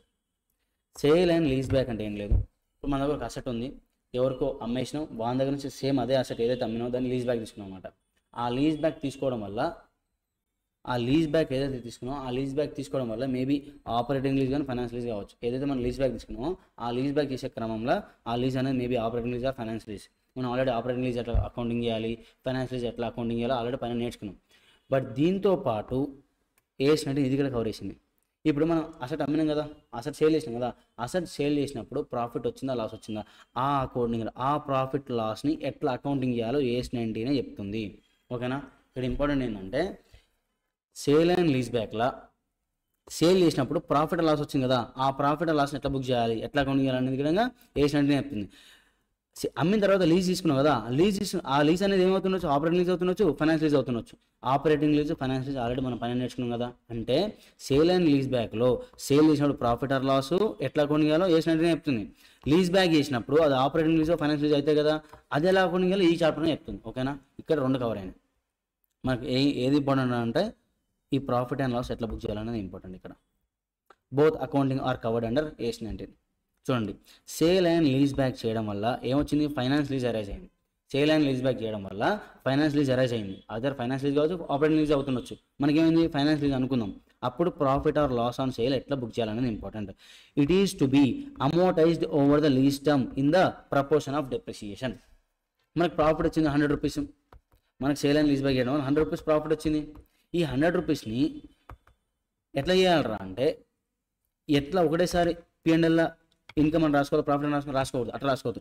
Every year అంటే ఎట్లా, ఎన్ని రోజులు మనం ఏదైతే అసెట్ లీజ్ బ్యాక్ చేసుకున్నామో ఆ అసెట్ యొక్క డెప్రిషియేషన్ ఎట్లయితే చేస్తామో, ఏ రేషియోలో అయితే చేసామో అదే రేషియోలో 100 రూపీస్ ప్రాఫిట్స్ని P&L ట్రాన్స్ఫర్ చేయాల్సి ఉంటుంది. ఓకేనా, ఇది ఒకవేళ సేల్ అండ్ లీజ్ బ్యాక్ అనేది రిజల్ట్ ఇన్ ఫైనాన్స్ లీజ్ అయితే మనకు వచ్చిన ప్రాఫిట్ కావచ్చు, లాస్ కావచ్చు, ఎట్లా బుక్ చేయాలి, over a period of time book చేయాలి. ఏ రేషియోలో, డెప్రిషియేషన్ మనం ఏదైతే లీజ్ బ్యాక్ తీసుకున్నామో అసెట్ యొక్క డెప్రిషియేషన్ ఏ రేషియోలో ఉందో ఆ ప్రపోర్షనేట్గా ఛార్జ్ చేయాల్సి ఉంటుంది. Next, sale and lease back అనేది ఆపరేటింగ్ లీజ్ అయితే ఇదే important. Sale and lease back results in operating lease. Sale and lease back అనేది ఆపరేటింగ్ లీజ్ అయితే ఎట్లా చేయాలంటే, చూడండి, possibility 1, sale price is less than fair value. మనం అమ్మినాం అనమాట, sale price is less than fair value. మనకి 3 టర్మ్స్ తెలవాలి, book value, carrying amount, return on value. ఏదన్నా ఒకటే, selling price, fair value. Possibility 1, maybe మనం ఏం చేస్తున్నావచ్చు అంటే సేల్ మనం ఎంత కమ్మినా ఉంటా, లెస్ దెన్ ఫెయిర్ వాల్యూకి అమ్మినా ఉంటా. మనం లెస్ దెన్ ఫెయిర్ వాల్యూకి అమ్మినా ఉంటా. లెస్ దెన్ ఫెయిర్ వాల్యూకి అమ్మినప్పుడు ప్రాఫిట్ కానీ లాస్ కానీ వస్తే on sale can be recognised immediately. Possibility 1 అనేది మనం సేల్ చేసినాం అసెట్ని, ఎంతకు సేల్ చేసినాం, లెస్ దెన్ ఫెయిర్ వాల్యూకి చేసినాం. ఇట్లా ఈ సేల్ చేయడం వల్ల మనకు ప్రాఫిట్ వచ్చినా లాస్ వచ్చినా మనం ఇమ్మీడియట్గా ఎమ్మటే ప్రాఫిట్ కానీ లాస్ కానీ P&Lకి ట్రాన్స్ఫర్ చేసుకోవచ్చు. బట్ ఎక్సెప్షన్ ఒకటి ఉంది, ఒకవేళ లాస్ వస్తే, if there is loss and such a loss is compensated by future lease payments. Sale price is less than fair value అయినప్పుడు సమ్టైమ్స్ లాస్ వస్తుండొచ్చు.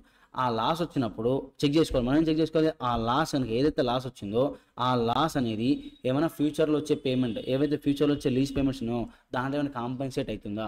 కాంపెన్సేట్ అయితే, ఒకవేళ కాంపెన్సేట్ అయితే then such loss should be deferred and booked in proportion to future lease payments.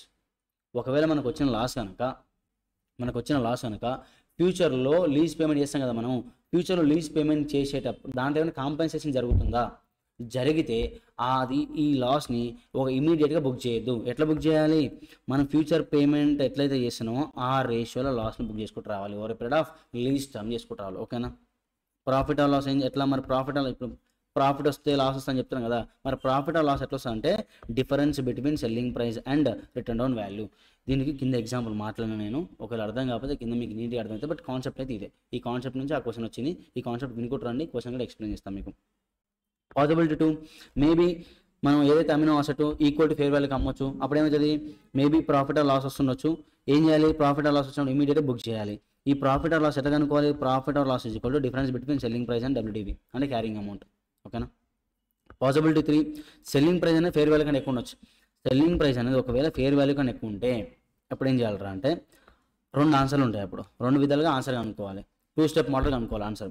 First స్టెప్లో ఏం చేయాలి, profit or loss up to fair value. మీకు వచ్చింది profit అనుకుందాం లేదా లాస్ అనుకుందాం, ఆ ప్రాఫిట్ ఆర్ లాస్ అనేది అప్ టు ఫేర్ వాల్యూ అయితే బుక్ ఇమీడియట్గా బుక్ చేసుకోవాలి. ఆ ప్రాఫిట్ ఆర్ లాస్ ఎట్లా వస్తుంది అంటున్నాం కదా, difference between fair value minus book value.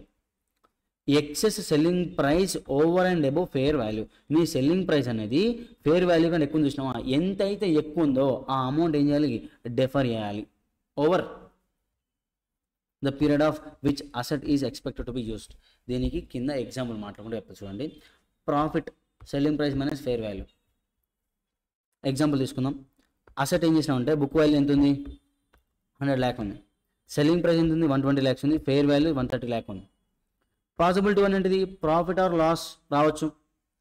Possibility 1 profit or loss ఎట్లా అనుకున్నాం, ఇక్కడ సెల్లింగ్ ప్రైస్ అనేది ఫేర్ వాల్యూ కంటే తక్కువ ఉందా లేదా, తక్కువనే ఉంది, అంటే పాసిబిలిటీ 1. మన పాసిబిలిటీ 1 ఏం మాట్లాడుకున్నాం, selling price is less than fair value. ఇక్కడ ఏమొచ్చింది, సెల్లింగ్ ప్రైస్ ఎంత ఉంది, ఇక్కడ మన ఎగ్జాంపుల్లో 120 lakhs ఉంది, ఫేర్ వాల్యూ 130 lakhs ఉంది, అంటే పాసిబిలిటీ 1. మనం ఏదైతే పాసిబిలిటీ 1లో ఏదైతే కాన్సెప్ట్ నేర్చుకున్నామో ఆ పాసిబిలిటీ 1 ఉన్న కాన్సెప్ట్ ఇక్కడ అప్లై చేయాలి. ప్రాఫిట్ ఆర్ లాస్ పాసిబిలిటీ 1 ఏం మాట్లాడుకున్నాం, profit or loss is equal to difference between selling price and return on value. Selling price ఎంత, 120 lakhs.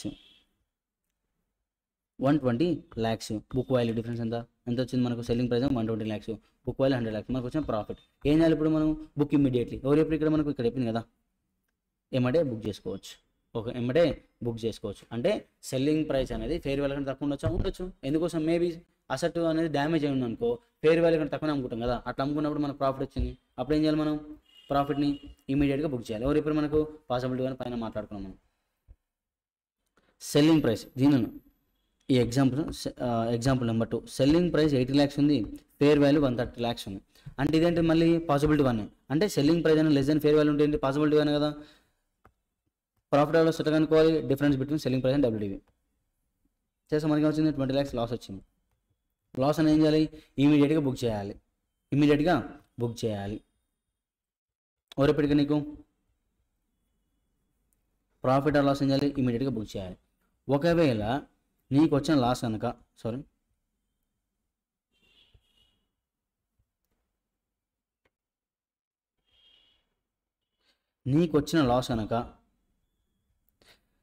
నీకు ఏదైతే లాస్ వచ్చిందో 20 lakhs అనేది, ఆ లాస్ కనుక నీకు ఒకవేళ ఫ్యూచర్లో నువ్వు పేమెంట్ చేయాలి, లీజ్ పేమెంట్స్, నువ్వు ఫ్యూచర్లో లీజ్ పేమెంట్ చేసేటప్పుడు ఏమైనా కాంపెన్సేషన్ జరుగుతుందా, జరిగితే ఏం చేయాలి, ఈ లాస్ని ఇమీడియట్గా బుక్ చేయకుండా నువ్వు ఏదైతే లీజ్ పేమెంట్స్ ఎన్ని రోజులైతే లీజ్ పేమెంట్ చేస్తున్నావో ఆ ప్రపోర్షన్లో ఈ లాస్ని బుక్ చేసుకుంటూ వెళ్ళాలి ఎవ్రీ ఇయర్. ఓకేనా. Next, selling price 120 lakhs, fair value 120 lakhs. Selling price equal to fair value అయింది, అంటే పాసిబిలిటీ 2. పాసిబిలిటీ 2 ఏం చెప్పింది, selling price equal to fair value. Selling price equal to fair value ఏం చేయాలి, మనం ప్రాఫిట్ ఆర్ లాస్ వచ్చినా ఇమీడియట్గా రికగ్నైజ్ చేయాలి. మరి ప్రాఫిట్ ఆర్ లాస్ అంటే ఏంటిది, difference between selling price and WTV. ఇక్కడ అదే చేస్తాం మనం చూడండి. సెల్లింగ్ ప్రైస్ అండ్ డబ్ల్యూటీవీ మనకి వచ్చింది, ప్రాఫిట్ వచ్చింది 20 lakhs, ఇమీడియట్గా బుక్ చేయొచ్చు. Selling price 80 lakhs, fair value 80 lakhs, అంటే ఏంటిది పాసిబిలిటీ 2. మళ్ళీ ప్రాఫిట్ ఆర్ లాస్ ఎట్లా వచ్చింది, సెల్లింగ్ ప్రైస్ మన డబ్ల్యూటీవీ, మనం పైన మాట్లాడుకున్న కాన్సెప్ట్ అది ఇక్కడ అప్లై చేసినాం. నెక్స్ట్ 80 lakhs మైనస్ 100 lakhs ఇస్తే 20 lakhs లాస్ వచ్చింది మనకు, పాసిబిలిటీ 2.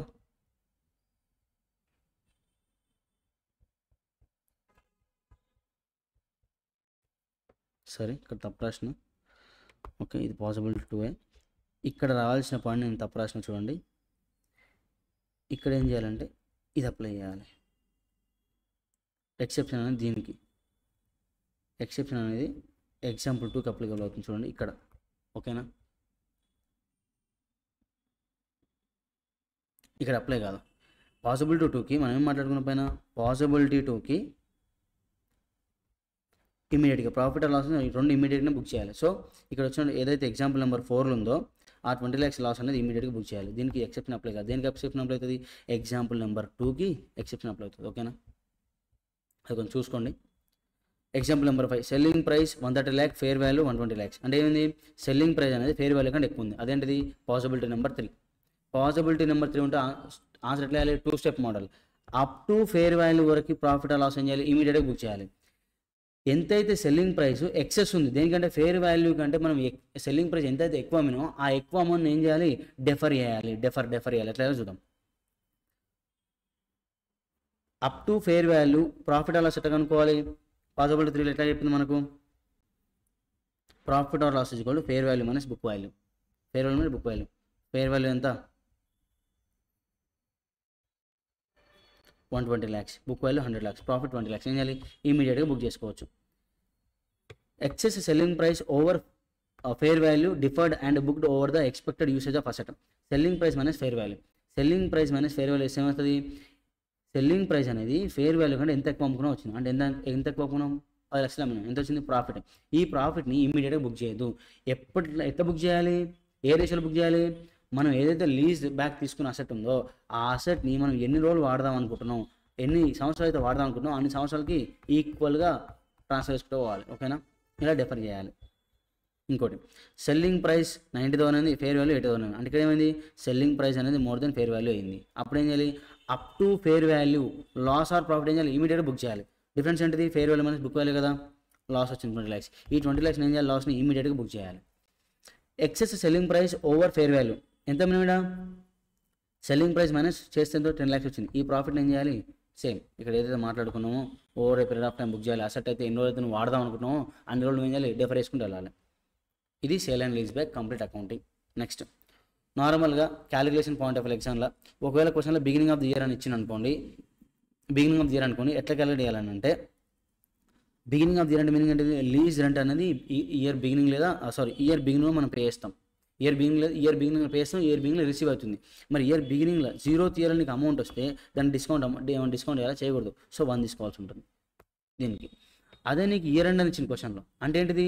నీకు వచ్చే లీజ్ రెంట్ కావచ్చు, నువ్వు పే చేసే లీజ్ రెంట్ కావచ్చు. ఎప్పుడు పే చేస్తున్నావు? ఇయర్ ఎండ్కి పే చేస్తున్నావు. ఇయర్ ఎండ్ పే చేసే ఏంటిది? దాంట్లో సమ్ ఇంట్రెస్ట్ అమౌంట్ ఉంటుంది, దాన్ని ఏం చేయాలి? డిస్కౌంట్ చేయాలి. ఓకేనా, క్వశ్చన్లో ఏమి ఇవ్వకపోతే ఇయర్ ఎండ్ అనుకోండి, ఏమని ఇస్తే ఇచ్చిన దాని ప్రకారం చేయండి. ఓకేనా, ఇలా అకౌంటింగ్ చేయాలి. Just for the calculation of question ఎట్లా క్యాలిక్యులేట్ చేయాలనే క్వశ్చన్. కాంటింజెంట్ రెంట్ అనే పాయింట్ ఏమైనా ఇచ్చిండు. కాంటింజెంట్ రెంట్ ఎప్పుడు బుక్ చేయాలని అంటే కాంటింజెంట్ రెంట్ అనేది ఎట్లా అంటే ఫ్యూచర్ సేల్స్ పైన, ఫ్యూచర్ ప్రాఫిట్ అంటే ఫ్యూచర్లో అది జరిగితే నేను ఇది ఇస్తాను అని చెప్పడాన్ని కాంటింజెంట్ రెంట్ అంటున్నాను. కాంటింజెంట్ రెంట్ ఎప్పుడు బుక్ చేయాలి? ఎప్పుడైతే మనకు వస్తుందో, ఏ రోజైతే మనకు వస్తుందో, ఏ రోజైతే మనకు రిసీవ్ అవుతుందో ఆ రోజు మనం దాన్ని అకౌంటింగ్ చేయాలి. లెస్ఆర్ బుక్లో కావచ్చు, లెస్ బుక్లో కావచ్చు. ఇనిషియల్ డైరెక్ట్ కాస్ట్, ఒకవేళ ఇనిషియల్ డైరెక్ట్ కాస్ట్ అనేది ఇంకర్డ్ బై లెస్ఆర్ అయితే, ఇనిషియల్ డైరెక్ట్ కాస్ట్ ఏదైనా ఉంటే లెస్ఆర్ ఇంకర్ అవుతాయి, దాన్ని ఏం చేయాలి? ఆపరేటింగ్ లీజ్ అయినా ఫైనాన్స్ లీజ్ అయినా సరే, లెస్ఆర్ ఇంకర్ అవుతే ఆపరేటింగ్ లీజ్ అయినా ఫైనాన్స్ లీజ్ అయినా పిఎన్ఎల్కి ట్రాన్స్ఫర్ చేయాలి. ఒకవేళ ఇనిషియల్ డైరెక్ట్ కాస్ట్ అనేది లెస్ ఇంకర్ అవుతే ఫైనాన్స్ లీజ్ అయితే అసెట్ కాస్ట్కి యాడ్ చేయాలి. ఒకవేళ ఆపరేటింగ్ లీజ్ అయితే transfer to PNL. This is complete detail revision about AS 19. Thank you all.